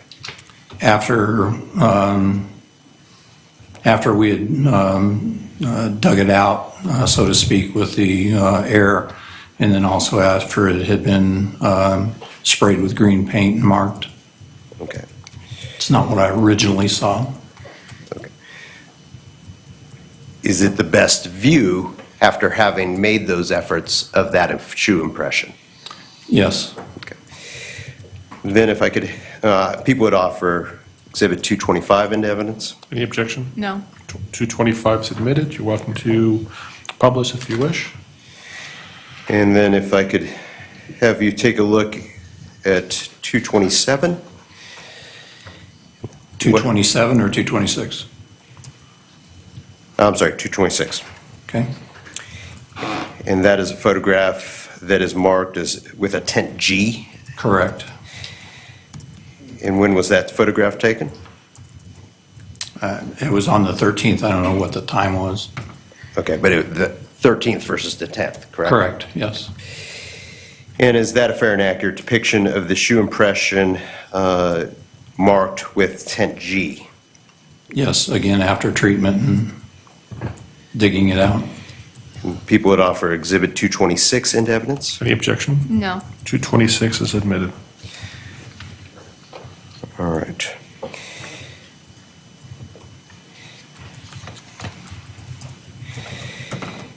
If you could take a moment and look at 225, which is tent E, and 226, which is tent G.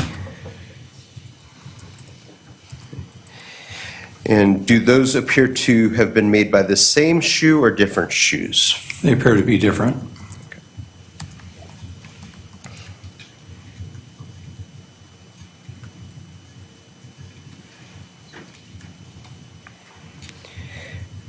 And then looking at 221, does 221 appear to be, if you can tell, the same shoe as E, or the same shoe as G, or different altogether? It appears to be different. There are some similarities, very minor similarities between 221 and 225, but I still think it's from a different footwear. Okay. All right, now if I could have you focus your attention on 227, which is also up at the podium. And are you familiar with that photograph as well? I am. When was that taken?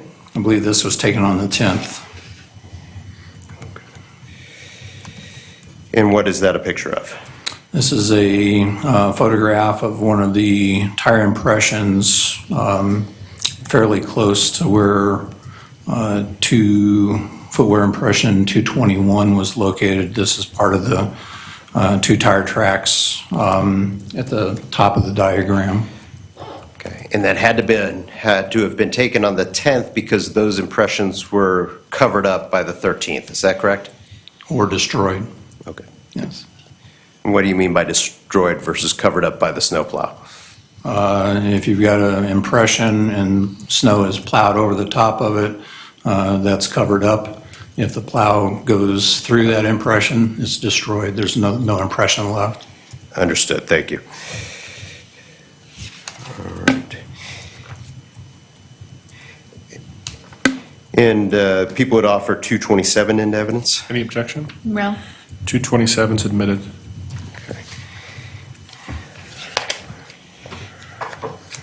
All right. And did I also give you a 220? 227 is the last one. Okay.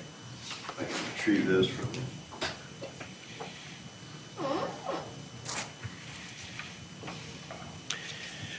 All right, if we could publish some of these, Yes. We're starting with 221.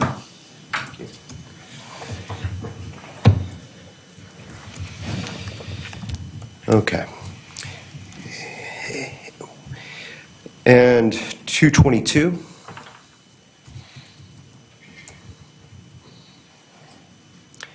And you indicated that 221 and 222 are a photograph of the same shoe impression. Is that correct? Yes. Okay. And then 223. Now, obviously, you said this was an overall photograph. Where on this photo are some of the, or is the 221 shoe impression taken from? This light green area right here. All right. So it was treated, but before we left this particular area, I wanted to show the relationship to the stump where near the body was found. Okay.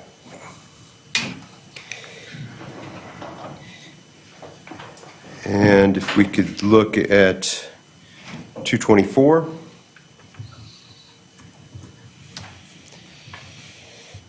And again, that's an overall photograph, and you can see the blue cast at the bottom of that photograph. Is that correct? That's correct. And that's, again, on the 13th, that's the casting of the same shoe print we were looking at in 221, 222, and 223, correct? Actually Correct. leading, Excuse me, leading.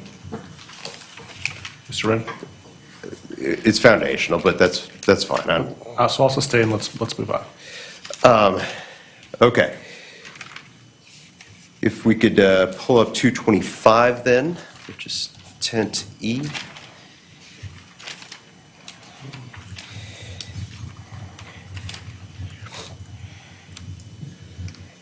And then 226, which is tent G.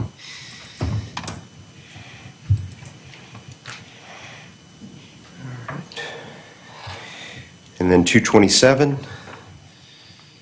which is the tire impression. Okay. Was that photograph of much help to you in being able to identify a tire? Not to identify one, to eliminate some of the tires that were on the scene, yes. Okay.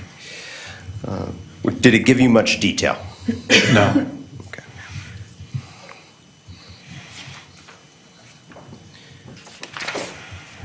If I could have just a moment. Sure.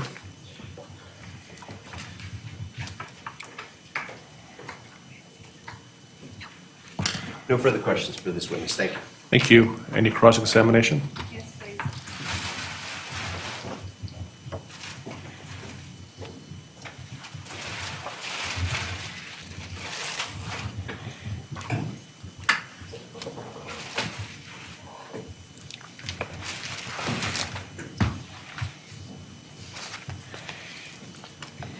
Good afternoon, sir. Good afternoon. Congratulations on your retirement. Thank you. You're welcome, sir. And so you were employed by the Larimer County Sheriff's Office since 1981. I believe you started there as a reserve officer? Yes. Went full-time in '83. And then became a criminalist in 1992. Yes. So you have over 30 years of experience as a criminalist? Yes. And a criminalist is someone who just has a broad variety or range of training in various forensic sciences. And they can have specific training as well. And you've you've actually had quite a bit of experience and training in the area of collecting and processing crime scenes. Correct. And that includes the collection and processing of footwear impressions. It does. And you've actually taught classes to other members of law enforcement on the process of collecting footwear impressions on crime scenes. I have. And you've done also quite a bit of self-study. Yes. And you've also received training on how to cast footwear impressions I have. and properly take photographs of those footwear impressions. Yes. Because although anyone can take a picture, it is an art or a specific way that you as a criminalist make sure that we can see the best view of these footwear impressions that we possibly can. That's our attempt, yes. And you've processed over hundreds of crime scenes in your career. I have. And therefore you have significant experience in collecting footwear impressions. I'm sorry, say that again? You have significant experience in collecting footwear impression evidence. I guess I'd need to know what your definition of significant is. You've probably processed, as you said, hundreds of crime scenes, right? Right. And so let me ask you this, how many approximately footwear impression evidence have you collected over your career? Maybe somewhere around 50. Okay. And what about taking pictures of footwear impressions on crime scenes? Well, you always take pictures of what you're going to collect, so again, Okay. actual scene footwear impression that we collect, probably somewhere around 50. Okay. And while you have all of this extensive experience in collecting and processing footwear impressions on crime scenes, you're not a certified footwear impression examiner. I am not. Essentially, what you're able to do, your expertise is in the area of locating the footwear impression on the crime scene. Yes. And as we've talked about, either taking a photo or making a cast or a mold. Right. And even though you're not a certified footwear impression examiner, anyone can eliminate footwear impressions by class characteristics. Yes. Doesn't take any expertise to do that. Doesn't. And what we mean by class characteristics is what kind of patterns or details are on the bottom of a footprint or shoe, excuse me. Class characteristics is primarily the pattern. So say you've got a hiking boot with a lug sole compared to a tennis shoe with a herringbone pattern on the bottom of it. Those are two different class characteristics. And so obviously one hasn't made the other. And when we talk about how anyone can compare or eliminate class characteristics of footwear impressions, a good example would be like going down the street and comparing a Ford pickup truck to a Ford Fiesta. Correct. Okay. So in the context of footwear impressions, for example, you may see a Nike swoosh on the bottom of one footwear impression. That's possible. And on the other, you may see a lug sole. A what? A lug sole. You may. And so based on that, common sense tells you that they didn't come from the same shoe. If I can't see the Nike swoosh and I can in the other one, probably not from the same shoe. Okay. And when you, in this case, you've talked, Mr. Wren, about how you took pictures, you took molds, but because you're not a certified footwear impression examiner, that's sort of where your abilities stop. To a certain degree. I can take additional photographs of, say, the cast, for example. But most of the time, the certified examiners, they don't want you dealing with the cast. They want things left the way they are, because many times it's not snow, it's soil that you're doing the cast on, and they want those soil samples left the way they are. So normally, anybody in the lab that's not a certified examiner shouldn't deal with the cast other than packaging them, getting them dried, things like that. And so what the certified examiner can do, though, is actually make an identification. Yes. And they make the identification because they're able to pinpoint specific minute details on a shoe impression. If they're there, yes. If they're there. And if they have a sample shoe, they're able to compare whether or not that same nook or cranny or detail on the impression is also on the shoe. Correct. And make that identification. It takes a certain amount of individual characteristics before they'll call an identification, but yes, that's the goal. Okay. And to your knowledge, in this case, that was not done. Not to my knowledge.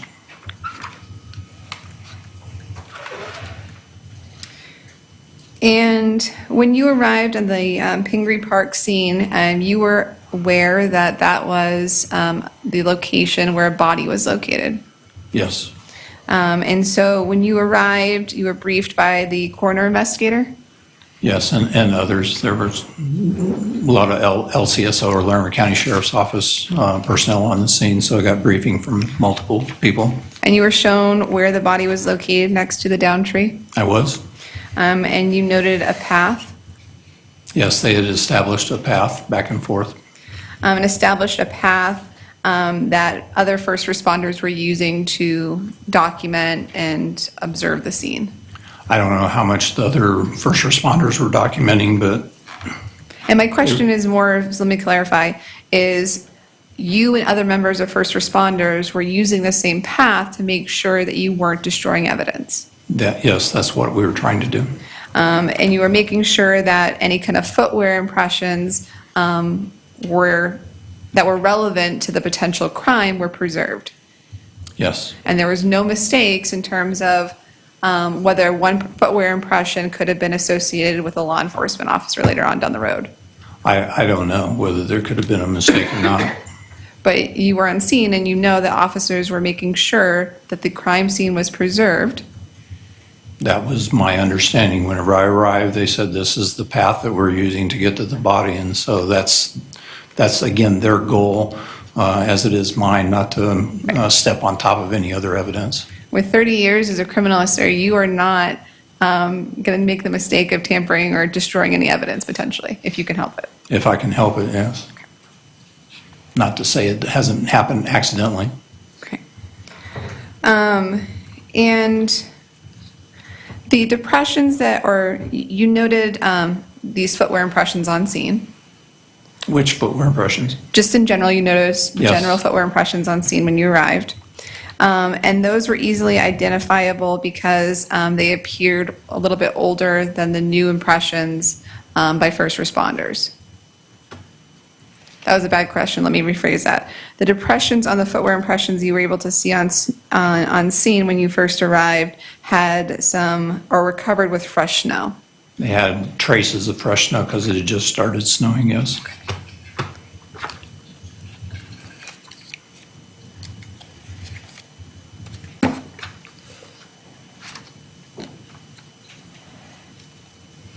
And as you spoke about with Mr. Wren, you and, is it Sergeant Smith, went back on February 13th to the scene. Yes, we did. And again, that was specifically for the purpose of collecting any type of footwear impressions on scene. Yes. And you and Sergeant Smith were originally there on February 10th. We were. And so you and Sergeant Smith waited 3 days before returning back to the scene. Correct. And so as you just testified on direct examination, by the time you got back 3 days later, we lost evidence of the tire impressions on scene. We did.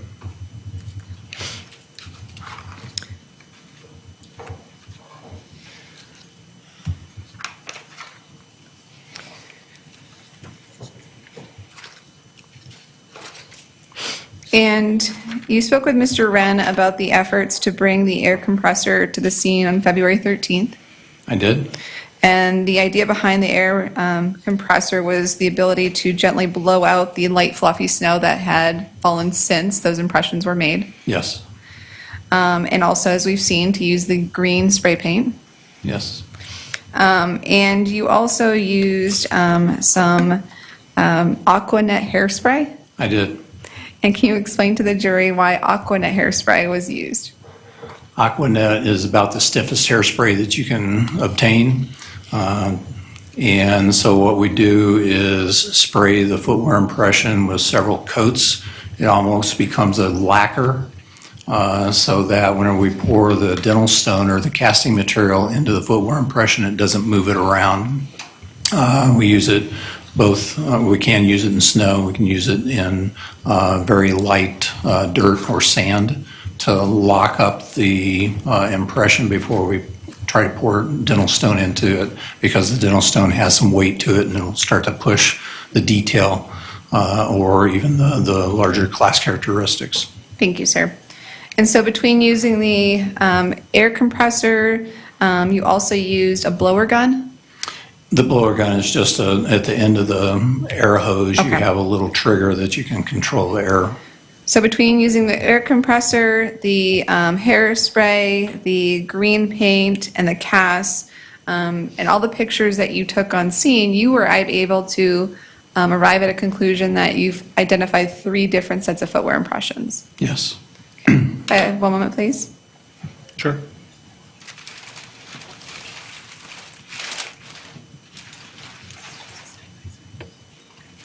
May I approach the witness? Yes. I am showing the witness what's been marked as Defense Exhibit GG. May I please pull the... Sure. please allow?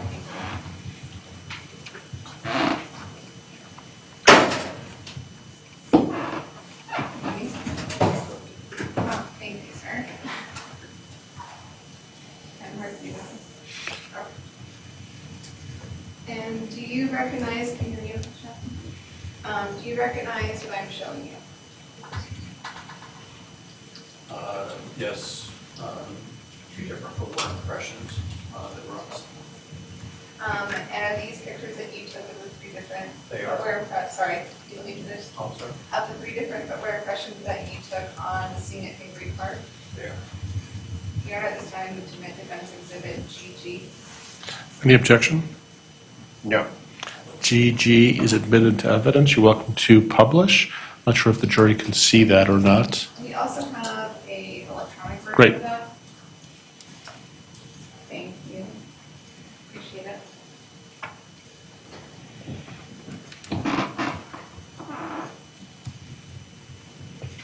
Okay. And Mr. Gilliam, again, these are the three different footwear impressions that you saw on scene, correct? Correct. And this is just a side-by-side of all three. Correct. And can you walk us through the characteristics, the class characteristics we're seeing in the one furthest to the left where we see the tent G? Okay, can I stand? Yes, please. Oh, sorry, that's probably the judges. You're in charge. Don't tell me that. It's hard to see on the screen. If you want to use the board, that's fine too, sir. Thank you. If I can. Turn this the same way. I think that's it, right? Do you need me to hold it for you? Okay, so this is footwear impression G, and there are rectangular knobs, so to speak, that are impressed in the snow. In this footwear impression, this is not marked, this is the original footwear impression behind the tire tracks. We didn't tent anything that night of different tasks that we were doing. It has somewhat of what you would see in a lug sole. You can see some of the lugs here. You can see some of the diamond patterns in the ball of the foot. And then this shoe over here that's with tent E, it has somewhat of a arcing pattern going through the heel at multiple locations, and it appears to taper towards the back of the heel. So they appear to be meaningfully different footwear. So based on your 30 years of experience of doing this, your opinion is that there was three different shoes up at Pingree Park that created these three different impressions. Is that a yes? That's yes. Thank you, sir. I can take that. Thank you very much.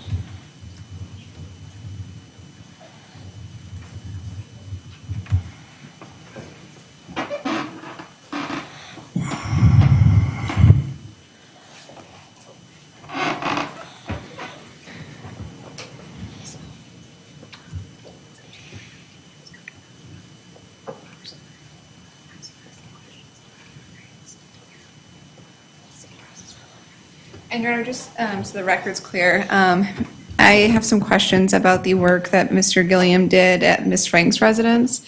It is outside the scope of direct, but because Mr. Gilliam lives far away, the prosecution does not have any objection for me going outside the scope. That's fine, and then they can cross-examine on the issues that are being asked outside the scope. Thank you, sir.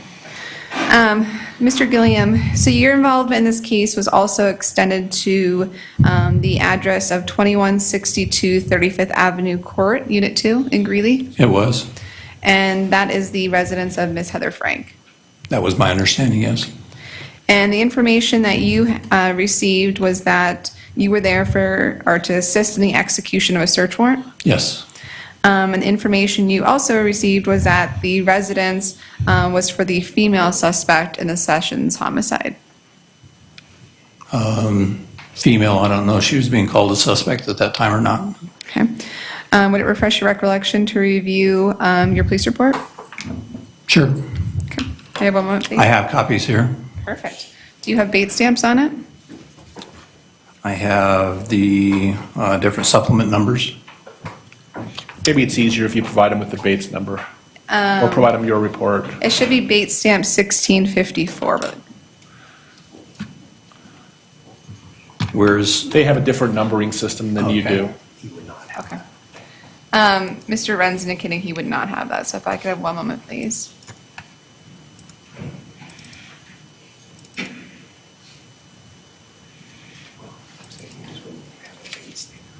Oh, okay.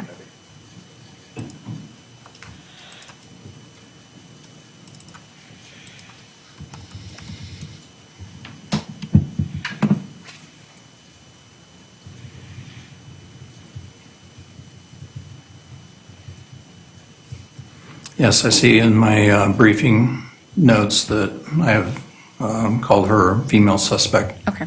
So is your memory refreshed then? It is. Thank you. Thank you.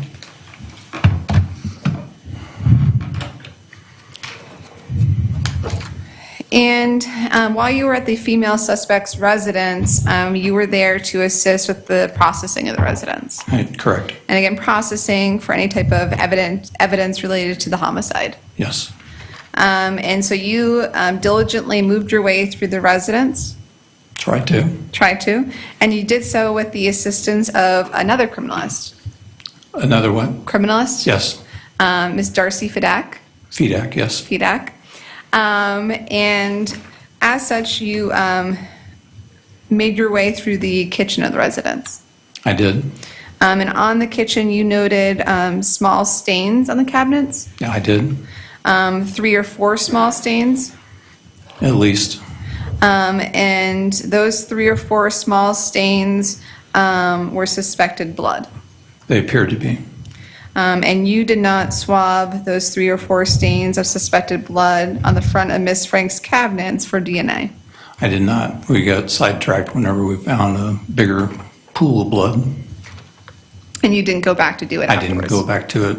And I only was there that day. I didn't go back the next day. And you also went into the master bedroom of the residence. I did. And that was presumably Miss Frank's residence? Yes, You noted items of female clothing in the bedroom? I did. And you noticed that the bed was not made? Yes, The bed had been stripped? I believe it had, yeah. And there was a sheet on the floor at the edge of the open door? As I recall, yes. And there was a blanket lying on the floor at the base of the bed as well? Yes, And there's also a comforter on the floor? yes, And you also noted a suitcase? I did. The suitcase was on the floor? It was. And the suitcase on the floor had female or typically female clothing It did.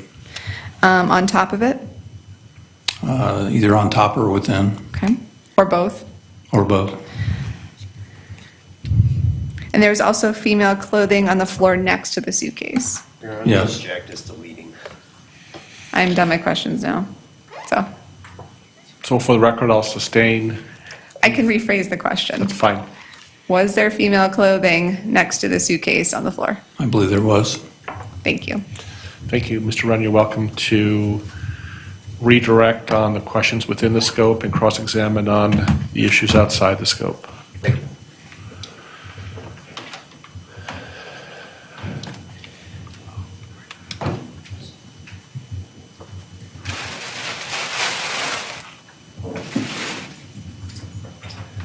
Mr. Gilliam, looking at, again, defense GG, which you identified as likely 3 different shoes that make these 3 different impressions, correct? Yes. Those are essentially the same 3 different shoe impressions that I showed you in 221 and then E and G, correct? Yes, the only difference is in this side-by-side, G doesn't have any green paint in it. But you later added the green. I later added green paint to G. But those are the same 3 different impressions that I showed. They are.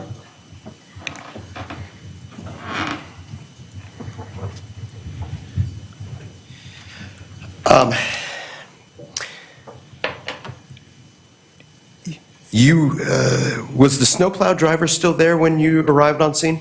No, Okay. Was the Division of Wildlife officer still there when you arrived on scene? I don't recall one. Were EMS or ambulance personnel still there when you arrived on scene? No, Okay.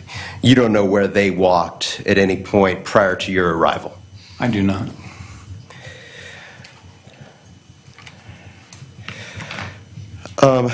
You were asked some questions on cross-examination or direct examination about your involvement in the search of Heather Frank's apartment on February 16th, and you were asked questions about what I think was described as the master bedroom where a bed had been stripped, right?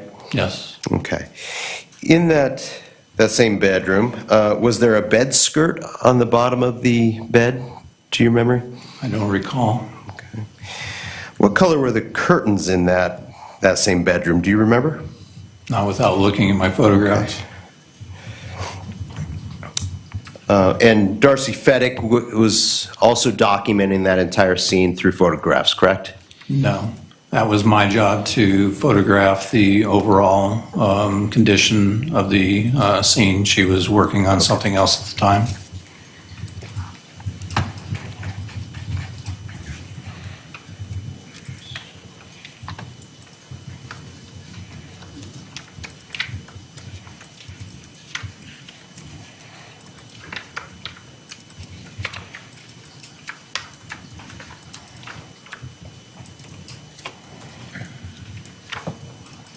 May I approach? Sure.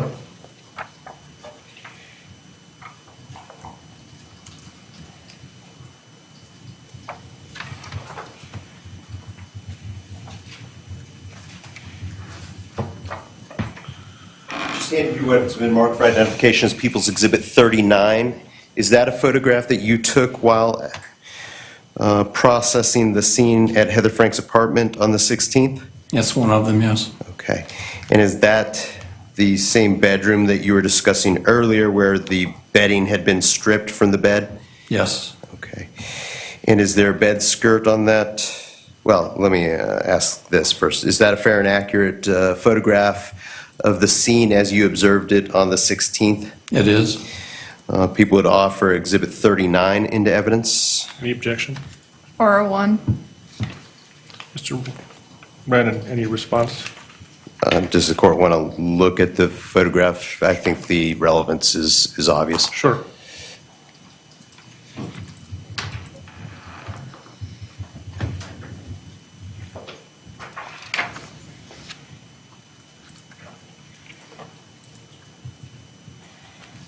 I can make it for the record if the court wishes. Sure. Your Honor, I would ask to do Bluetooth. Sure. Thank you.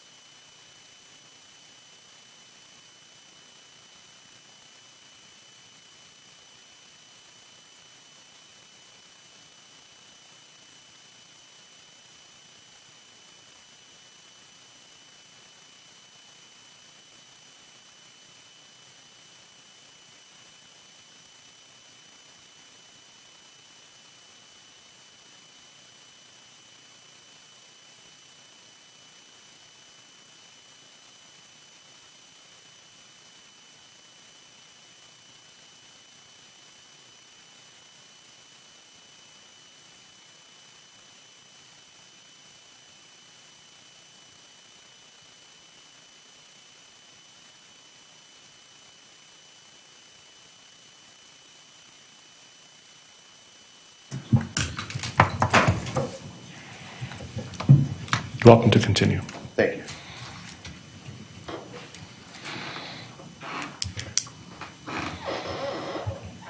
Is that a photograph that you took while searching the residence of Heather Frank on February 16th? I think so, yes. Okay. And is it a fair and accurate photograph of the scene as you observed it on that date? Yes. People offer People's Exhibit 39 into evidence. Anything else, Ms. Devereaux? I would renew my same objection. Thank you. The court's going to overrule the objection. 39 is admitted into evidence. Okay. And if I could publish. Sure.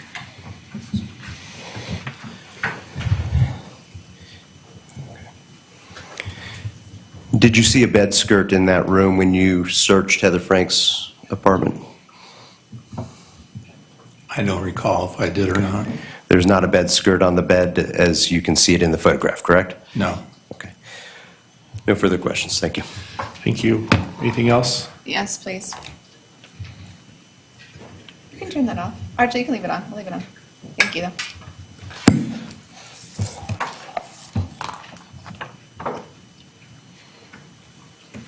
Mr. Gilliam, Mr. Wren just asked you about a bed skirt. Did you have any information when you were conducting a careful evidentiary search of Ms. Frank's residence that Ms. Frank ever owned a bed skirt? I didn't have that information.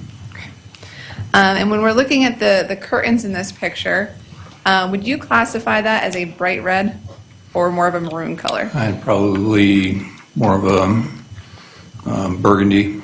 Okay, nothing further. Thank you, sir. Any recross, Mr. Wren, on that issue? No, Your Honor. Any questions from the jury? Thank you. You're welcome to step down. We appreciate your time. May he be excused from the subpoena today or in the future? You may.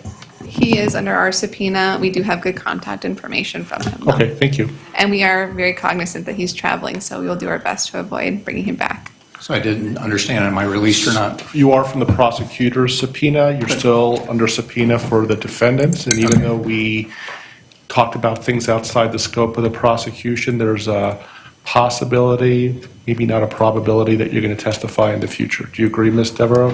Exactly, sir. Thank you. Okay. Okay. So maybe. Okay. Okay, thank you. Thank you. And where would you like You this? can give that to the court reporter. Next witness, please. People call Darcy Fedak to the stand.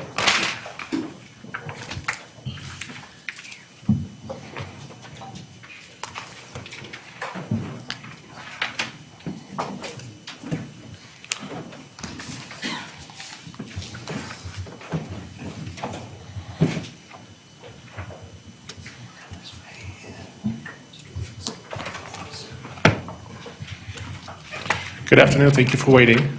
I can have you come up to the witness stand, and then I'll swear you in before you sit down. And do you solemnly swear or affirm under penalties of law that the testimony you're about to give will be the truth? I do. Thanks. Once you have a seat, make yourself comfortable. Feel free to adjust that microphone. Once you're settled in, if I can please have you introduce yourself to the jury by stating your name and spelling. Why don't you spell your first name and your last name? My name is Darcy Fedak. First name spelled D as in David, A-R-C-I-E. Last name Fedak, F as in Frank, E-D-A-K. Great. Thank you. You're welcome to examine. Thank you, Your Honor. Ma'am, are you employed by the Larimer County Sheriff's Office? I am. In what capacity? I am a civilian crime scene investigator. Okay. And does that simply mean you're not a sworn police officer? It does. Okay. But do you work day in and day out with Larimer County Sheriff's deputies, is that correct? I do. All right. What education or training have you received to assist you in that particular role? I have a Bachelor of Science degree in biology and zoology. I have a Master of Science degree in forensic science. And I have various training in forensic specialties that I've obtained through my job at the Larimer County Sheriff's Office. How long have you worked in the area of forensic science? It will be 6 years in September. Okay. Were you on duty on February 11th of 2020? I was. Okay. And were you asked by Sergeant Smith to attend the autopsy of Scott Sessions on that date? I was. What was your role at that autopsy? At the autopsy, my role was to document the autopsy proceedings and findings through photography and to take custody of evidence that was obtained during the autopsy. Okay. I want to start by having you describe, starting with the head and moving down, the external clothing that you observed on Mr. Sessions at the autopsy. At the autopsy on Mr. Sessions, from the head down, I observed a blue cloth that was covering plastic. And then on Mr. Sessions' torso, I observed a red cotton shirt and the remnants of what appeared to be a leather or leather-like jacket. There was also some duct tape that was around the blue cloth covering the plastic. Proceeding down to Mr. Sessions' waist, I observed the remnants of what appeared to be a belt buckle and denim jeans. However, it was difficult to discern much further because there was not much clothing left. Were those clothing items, as well as the plastic and blue cloth, collected from Mr. Sessions' body and logged into evidence? They were. Okay. Did you observe anything unusual in Mr. Sessions' hair during the course of the autopsy? During the course of the autopsy, I observed something that appeared to be white shavings that could be described similar in appearance to shaved cheese or hash browns. However, I did not determine that that's indeed what those things were. Okay. And did you also observe something similar internally? Internally, yes. Object 401, 403. We can go on the Bluetooth. Okay.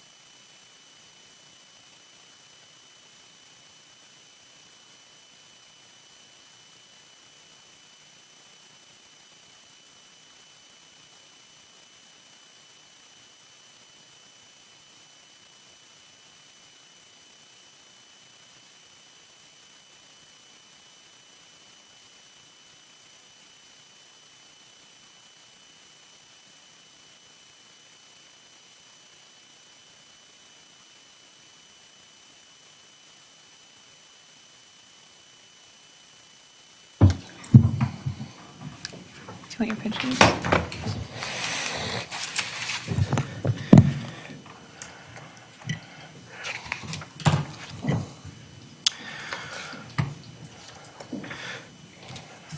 Okay.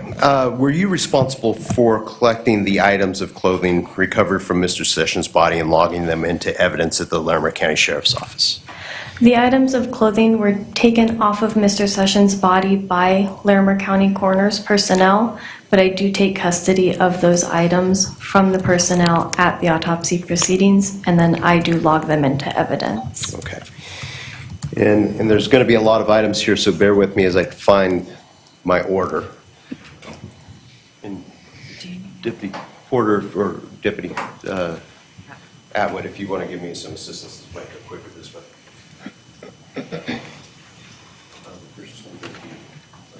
Judge, do I have permission to move if I need to see? Of course. Thank you.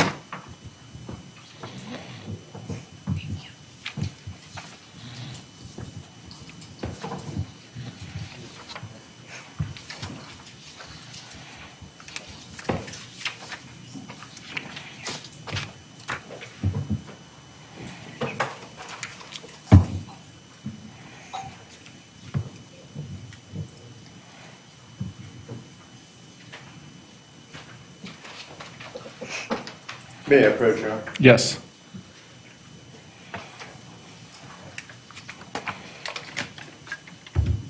I'm handing you two items that have been marked for identification as People's Exhibits 149 and 150, respectively.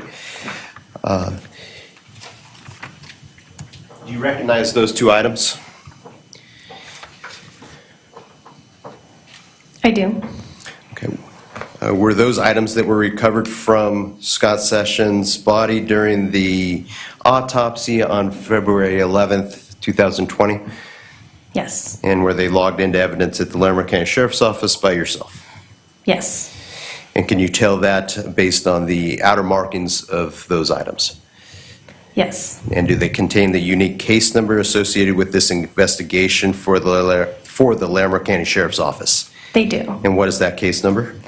The Larimer County Sheriff's Office case number is 20-1242.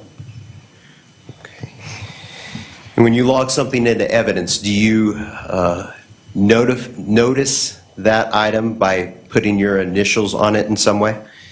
I do. So when I log an item into evidence, the item will be labeled with the case number, a unique item number, and then it will be sealed with the officer's or individual's initials, their officer number, and the date that the item is sealed. And was all of that done with respect to both of those items? It was.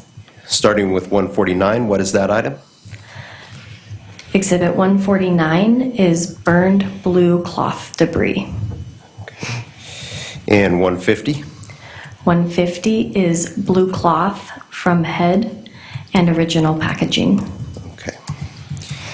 And were many of these items later submitted to CBI for scientific analysis? They were. Okay. People would offer exhibits 149 and 150 into evidence at this time? Any objection? No. 149 and 150 are admitted into evidence.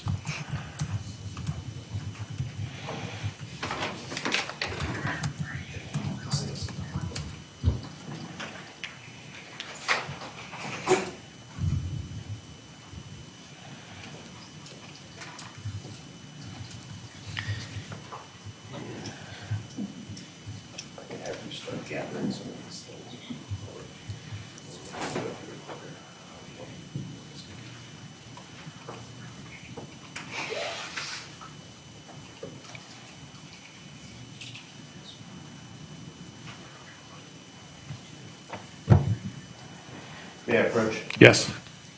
I'm going to be asking that a lot. And you don't have to ask. Standing You request. don't have to ask, yeah. Thank you. I'm showing you what's been marked for identification as People's Exhibit 151. Do you recognize that item? I do. What is it? This is duct tape removed from cloth wrapped around head. And was that also something that you recovered from Scott Sessions during the autopsy and logged into evidence under this same unique case number with your initials? It was. People would offer Exhibit 151 into evidence? Any objection? No, thank you. 151's admitted.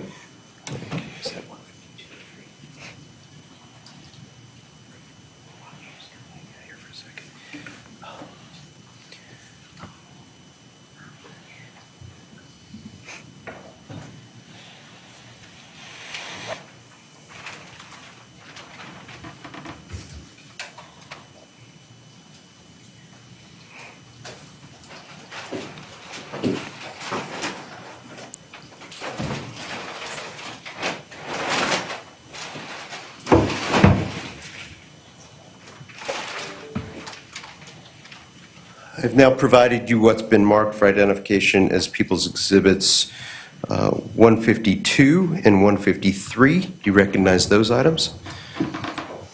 I do. What do you recognize those to be?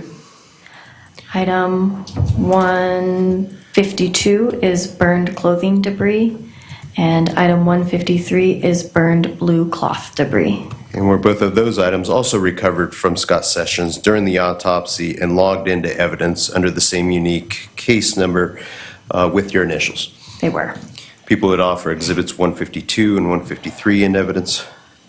Any objection? No. 152 and 153 are admitted into evidence.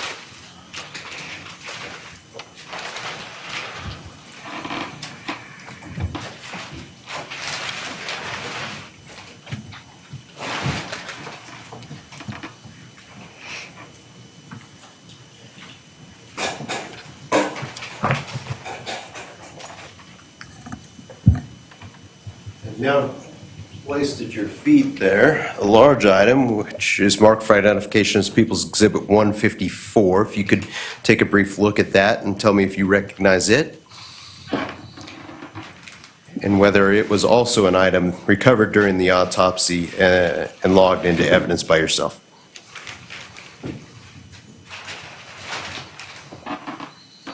I do recognize it. What is 154?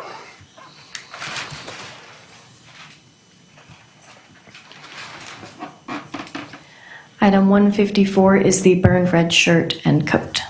Okay. People would offer 154 into evidence. Any objection? No. 154 is admitted.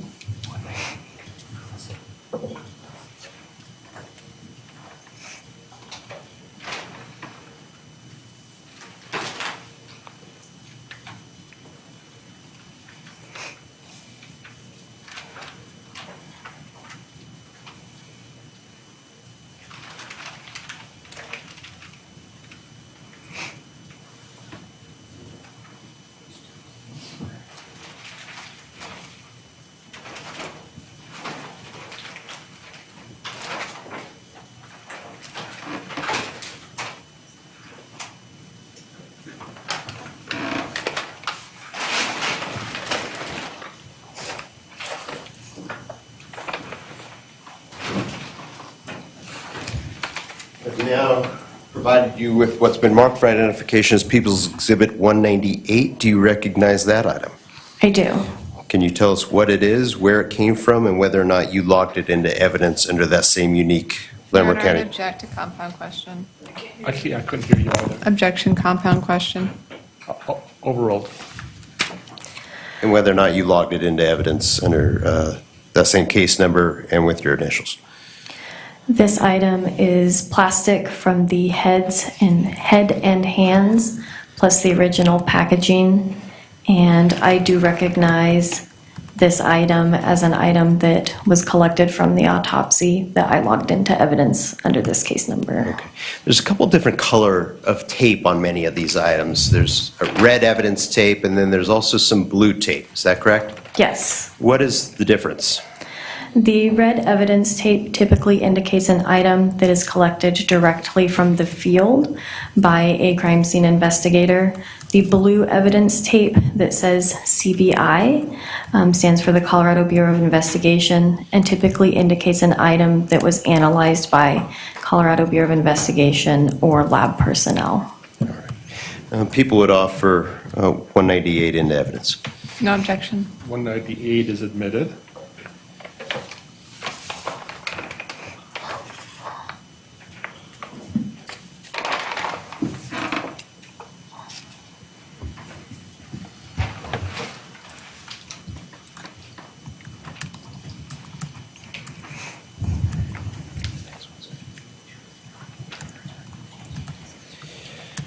All right, I have now provided you with what has been marked for identification as People's Exhibit 204. Do you recognize that item?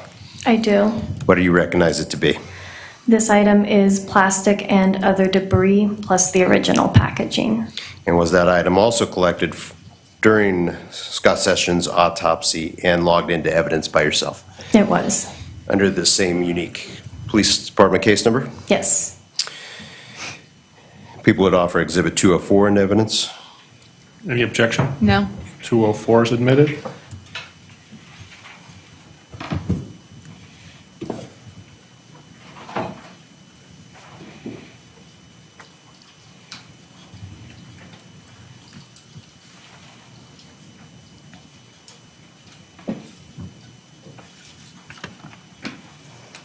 I've shown you what has been marked for identification as People's Exhibits. Exhibit 203, do you recognize that item as something that you collected during the autopsy of Scott Sessions and logged into evidence under the unique police department case number?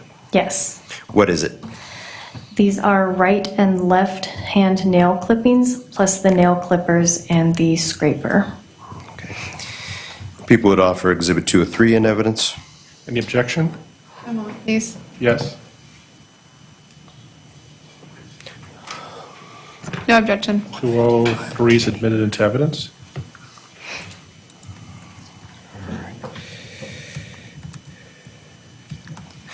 During the course of the autopsy, was a sample of Mr. Sessions' DNA collected? It was. How was that done? This is collected by the Larimer County coroner's personnel, and it was collected using blood from inside of Mr. Sessions and placed onto what's called a DNA card, which is a sterile card that blood is then placed onto and preserved for a DNA sample from the decedent, in this case, Mr. Sessions. And what is that used for later? This can be used for DNA comparisons from Mr. Sessions because after the autopsy occurs and the body is disposed of, we no longer have access to Mr. Sessions' DNA. So this is used as a known standard for the decedent after the autopsy proceedings.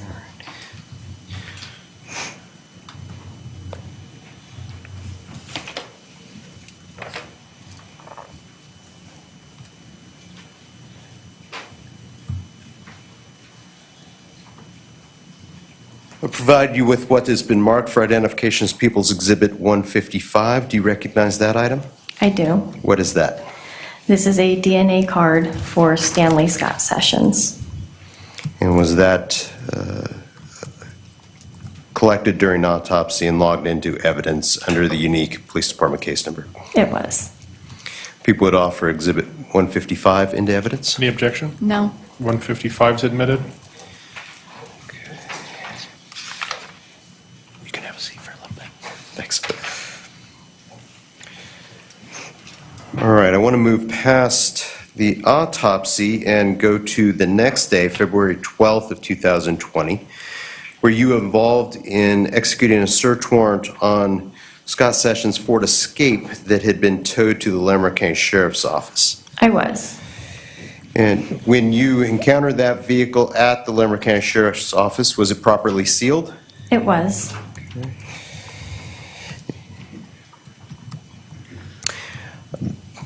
And did you break those seals at that time and conduct a search of the interior of that vehicle? I did. What are some items of note that you located?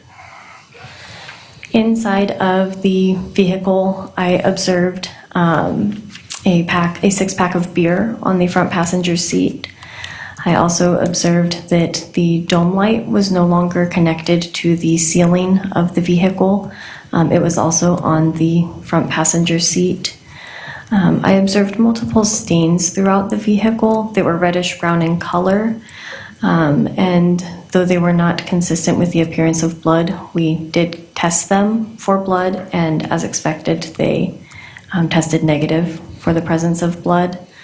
And then we noted multiple items consistent with him being a musician. So we noted a music stand, and we noted some percussive instruments in the rear passenger area. Did you find the keys for the car inside?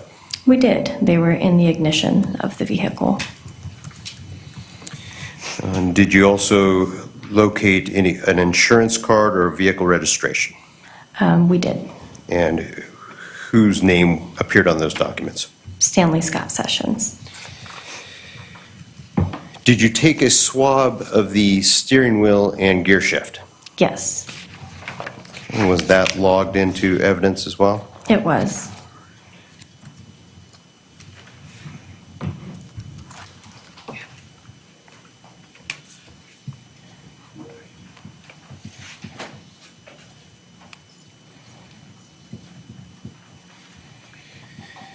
I've shown you what's been marked for identification as People's Exhibit 199. Is that a swab of the steering wheel and gear shift that was collected from that same vehicle? Yes, this is a DNA swab packet, which will typically contain 2 DNA swabs. Okay. People would offer Exhibit 199 into evidence? Any objection? No. 199 is admitted. Okay.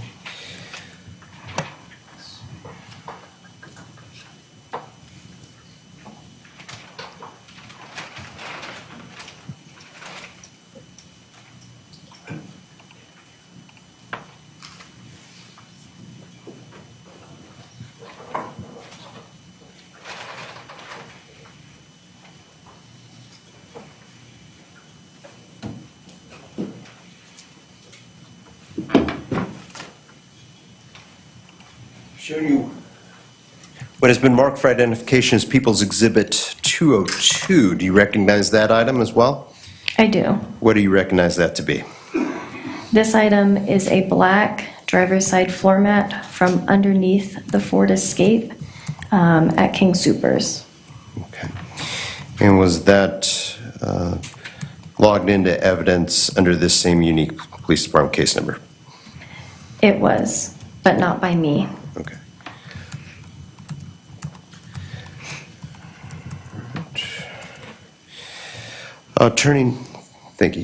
Turning your attention then to February 16th of 2020. So about Yes. 4 days later, were you involved on that date in the execution of a search warrant at Heather Frank's apartment at 2162 35th Avenue Court, Unit Number 2?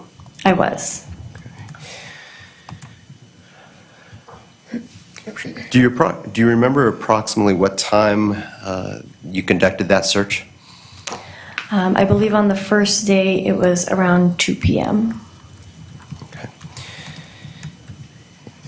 You said first day. Did that search go into a second day? It did. All right. So you continued that search on the 17th as well? Yes. And were you assisted in that search by the criminalist Dan Gilliam? On the 16th I was. He was not present the second day. All right. I want to start by having you describe the outside of that apartment. What does it look like as you walk up to that apartment? The apartment is a multi-complex or a multi-unit complex, so it's a fourplex. On the cul-de-sac, which is on the south side of the apartment, are the driveways for the unit. And then on the west side, there was a sidewalk that was approximately 80 to 100 feet, if I had to estimate, that led to units number 1 and units number 2, with unit number 2 being to the north of unit number 1, so that you had to pass unit number 1 to access unit number 2. Okay.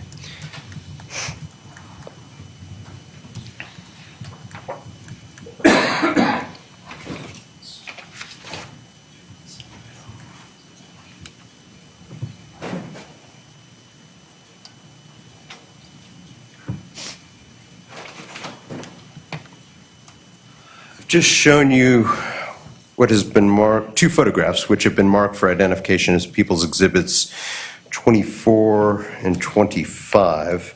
Do you recognize those items? I do. What do they depict? These depict the west side of the fourplex, leading up to unit number 2. Okay. And are those fair and accurate depictions of what that apartment looked like, or the exterior of that apartment looked like when you observed it on the 16th of February of 2020? Yes. People would offer Exhibits 24 and 25 in evidence. Any objection? No. 24 and 25 are admitted. Request to publish. Sure.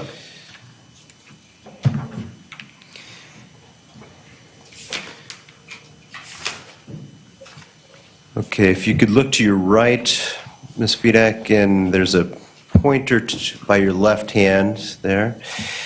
I presume that is the sidewalk that approaches unit number 2?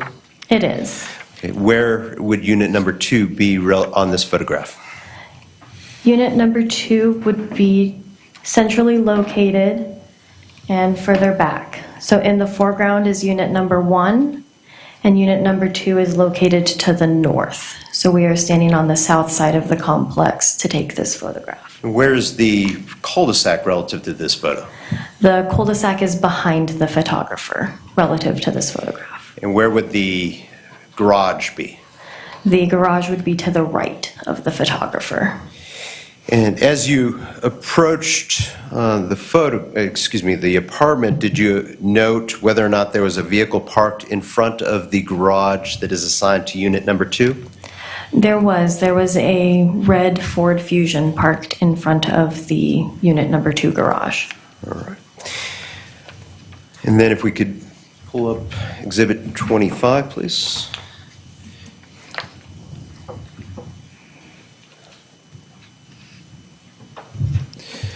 Okay, looking to your right again, if you could identify the door for unit number 2.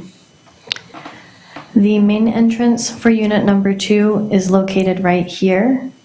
Unit number 2 also had a set of double doors, which showed no sign of forced entry and were actually blocked by plants on the interior of the unit.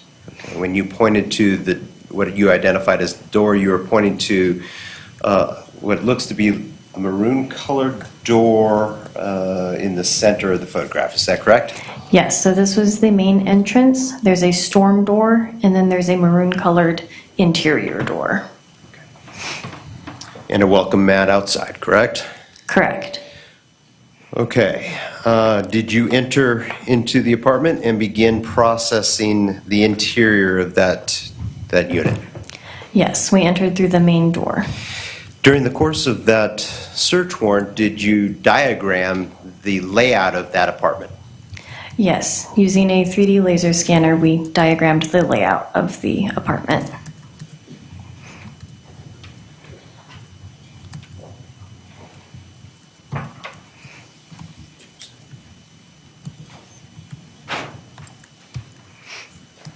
I'm showing you what has been marked for identification as People's Exhibit 207. Do you recognize what is depicted on that poster?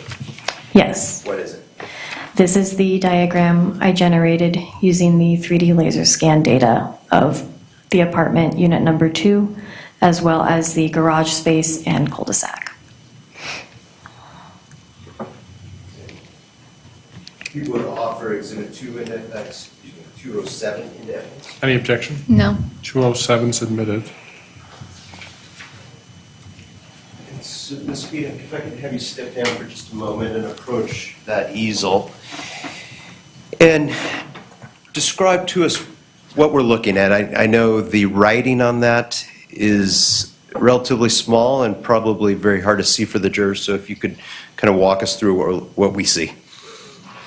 The orientation on this diagram is upward is north and the bottom is south.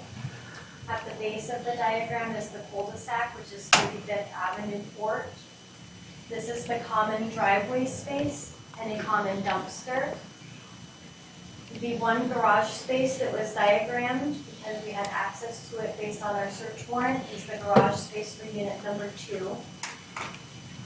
These lines here depict this walkway that we saw in the photograph that was published.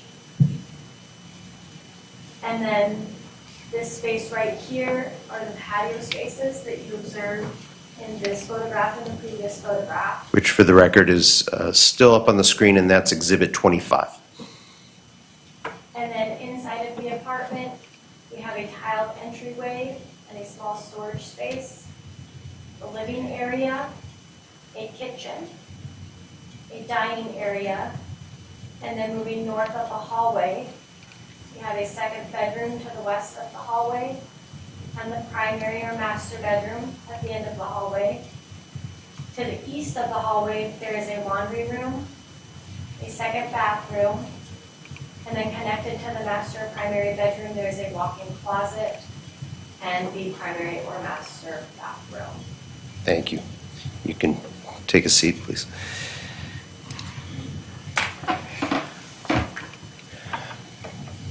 Ma'am, if I could have you Describe your observations during your initial walkthrough of the apartment. During my initial walkthrough of the apartment, I observed that there was some slight damage to the entryway, which I had been briefed had occurred during law enforcement action. I also observed Let that me kind of pause you there. When you say law enforcement action, do you just mean their entry into an otherwise locked apartment? Yes, it's standard procedure before we enter a building to do a search warrant to make sure that the building is safe for us to be in the building. So law enforcement had entered the building prior to us entering the building for the search warrant to make sure that no one else was in the apartment. And some damage occurred to the door jamb in the course of that entry, is that correct? Yes. Okay.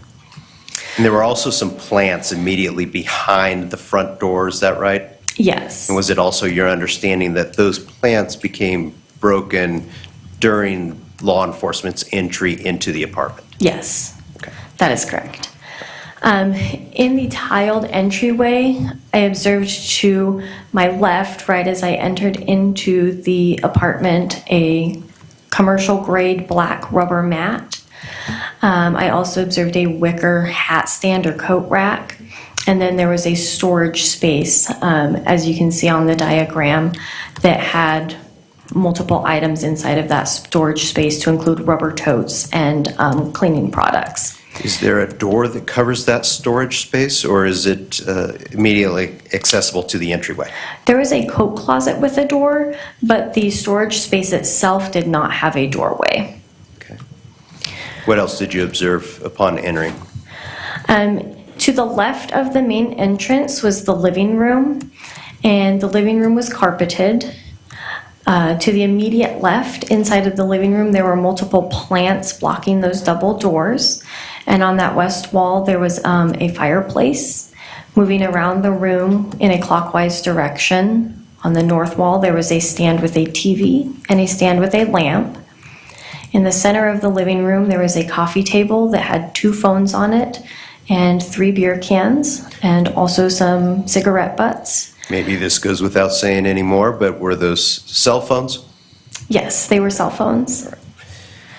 On the south wall of the living room, so to my immediate right, as I walked into the living room, there was a sofa with multiple blankets on the sofa. As you proceed to the right into the apartment, there was a kitchen that had multiple boxes of food on the countertops and dirty dishes. And then in the dining area, there were wicker chairs that looked brand new because they had price tags and tags still on the wicker chairs. As I moved down the hallway into the bedrooms, I observed one of the rooms, the first room to the left on that hallway, to be an office space or like a craft room. There was a sewing machine in there, and there were multiple crafting items.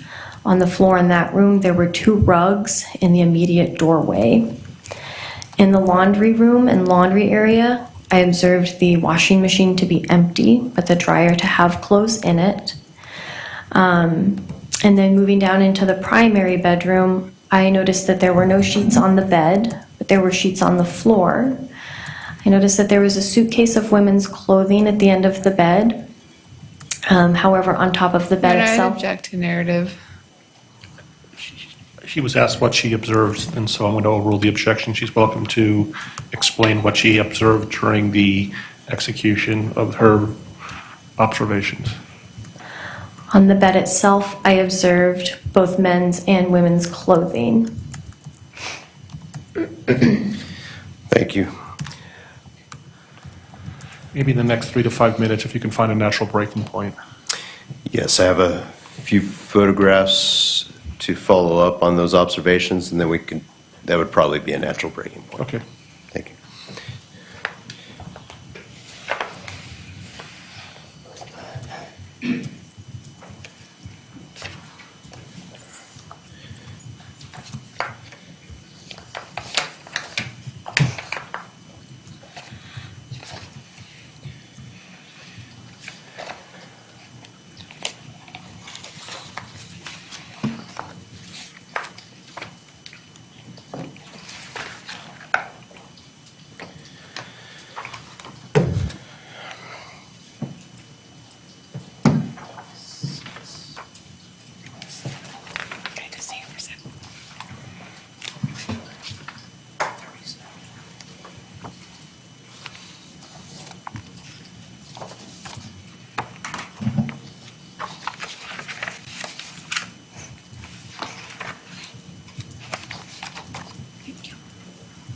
Did you take photographs during your initial observations of the scene? On the 16th, photographs were completed by criminalist Gilliam. On the 17th, I completed photographs. All right. Did you see the same things that criminalist Gilliam was taking photographs of? Objection, did. speculation. Were you with him, or are you guessing that you were with him during the taking of his photographs? We were together on the scene on the 16th. I was not looking through his camera lens. Sure. Thank you. So I'll overrule the objection. I'm showing you what's been marked for identification as people's exhibits 26, 27, 28, 29, and 37.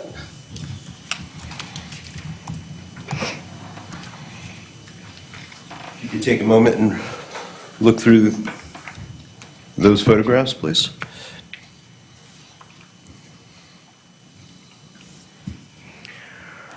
Or those photographs that were taken on the 16th during those initial observations during the search warrant? All of them were taken on the 16th with the exception of Exhibit 37 was taken on the 17th. Okay, let's deal with 26 through 29 then. Are those fair and accurate depictions of what the scene looked like when you first observed it on the 16th? Yes. People would offer 26, 27, 28, and 29 in evidence? And those are through your own personal observations? Yes. Thank you. Any objection to the admission of 26, 27, 28, and 29? No. And those exhibits are admitted into evidence. Request to publish 26? Sure.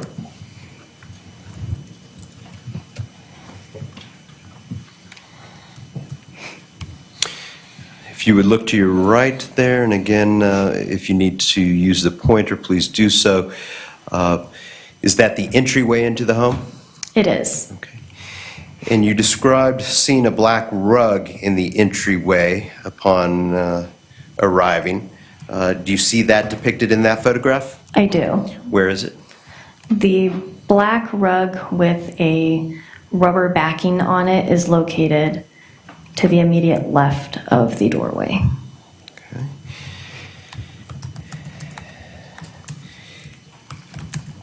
And then if we could have 27, please. Okay.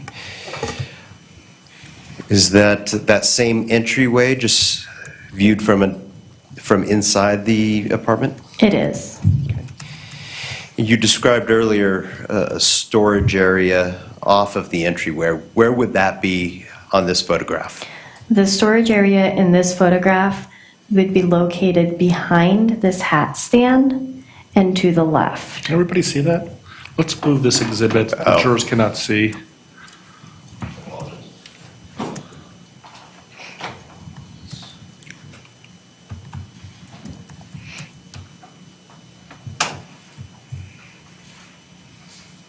Is that better? Yeah. There is a corner right here. Okay. So the storage area is located behind and to the left of that hat rack. Is the photographer in this case standing in essentially the middle of the living room? I can't be positive that they are in the middle of the living room, but for reference, the carpet and tile line is right here, and they are standing in the carpeted area of the living room. Okay. 28, please. If you could describe what we're looking at here. In this photograph, you are looking into the living room from the approximate area of the tiled entryway. This is the same black floor mat with the rubber backing that you saw in the previous photograph. To the left or the west is where those double doors were located and the pink wall with the fireplace. This is the north wall with the TV and the small stand with the lamp that was described. And to the right is the arm of the sofa with a blue throw blanket and a rug that will have a coffee table on top of it. Is everything as seen in this photograph as it was when you first entered the apartment? Yes. And there are two blue items that look like clothing in the middle of the floor there. What are those? Those are denim blue jeans.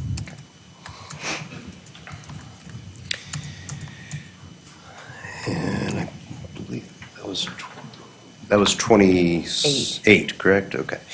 We could do 29.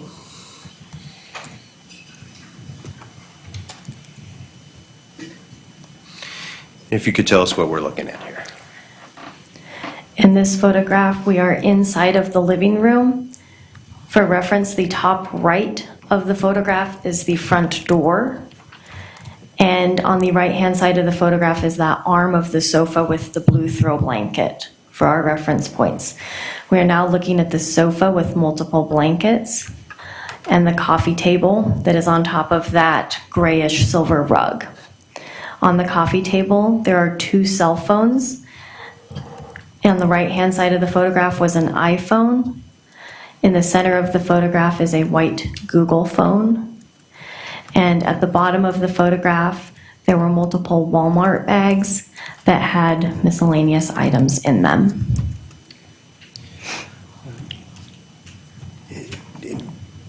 Your Honor, this might be a good breaking point. It's 5 o'clock. So I'm going to have your subpoena continued until 8:30 tomorrow morning, and you're welcome to step down.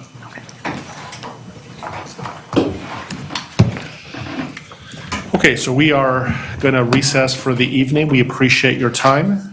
We would like you to come back tomorrow so we can get started at 8:30 in the morning. It should be less busy tomorrow morning than it was today because there's no new trial starting tomorrow morning. Once again, I want to instruct you that until the trial is completed, you must not discuss this case with anybody, as tempting as it may be. That includes your family, people involved in the trial, other jurors, or anyone else. If somebody approaches you and tries to discuss this trial with you, please let me know about it immediately. It's also important that you must not read or listen to any news reports of the trial. Do not in any way try to gain information about the case outside of this courtroom. That includes no research on the internet, medical or law books, or dictionaries. Finally, it's especially important that you not form or express any opinion on the case until it's finally submitted to you, and we'll see you tomorrow morning at 8:30. Thank you for your time. Let's all please rise for the jury.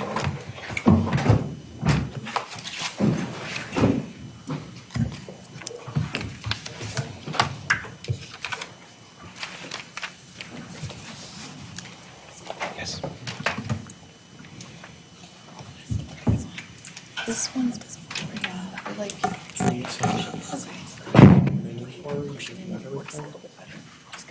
Okay, thank you. Okay. Do you need help bringing it to your office? I can help you. Okay, you're welcome to be seated. The exhibits that were admitted into evidence, we'll lock them up in a secured facility here. What do you want to do about the exhibits that have not been admitted into evidence?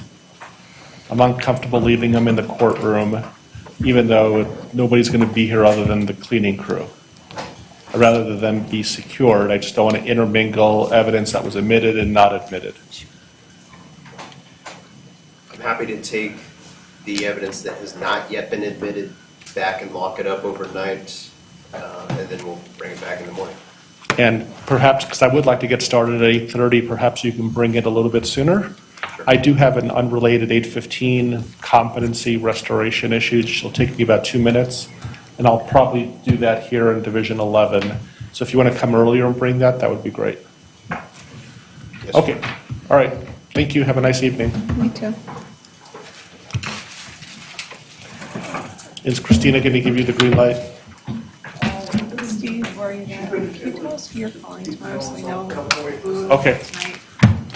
Cheryl. Yeah, I don't have it written down here, but it's going to be Adams, Annan,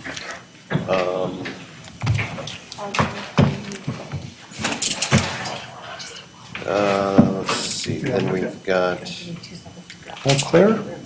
We've got black, Black after that. but it's not as Andy Black. Okay, who was that? I didn't, oh, okay.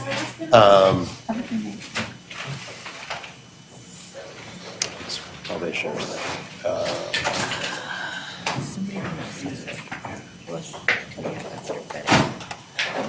And I gave you three Yes, things.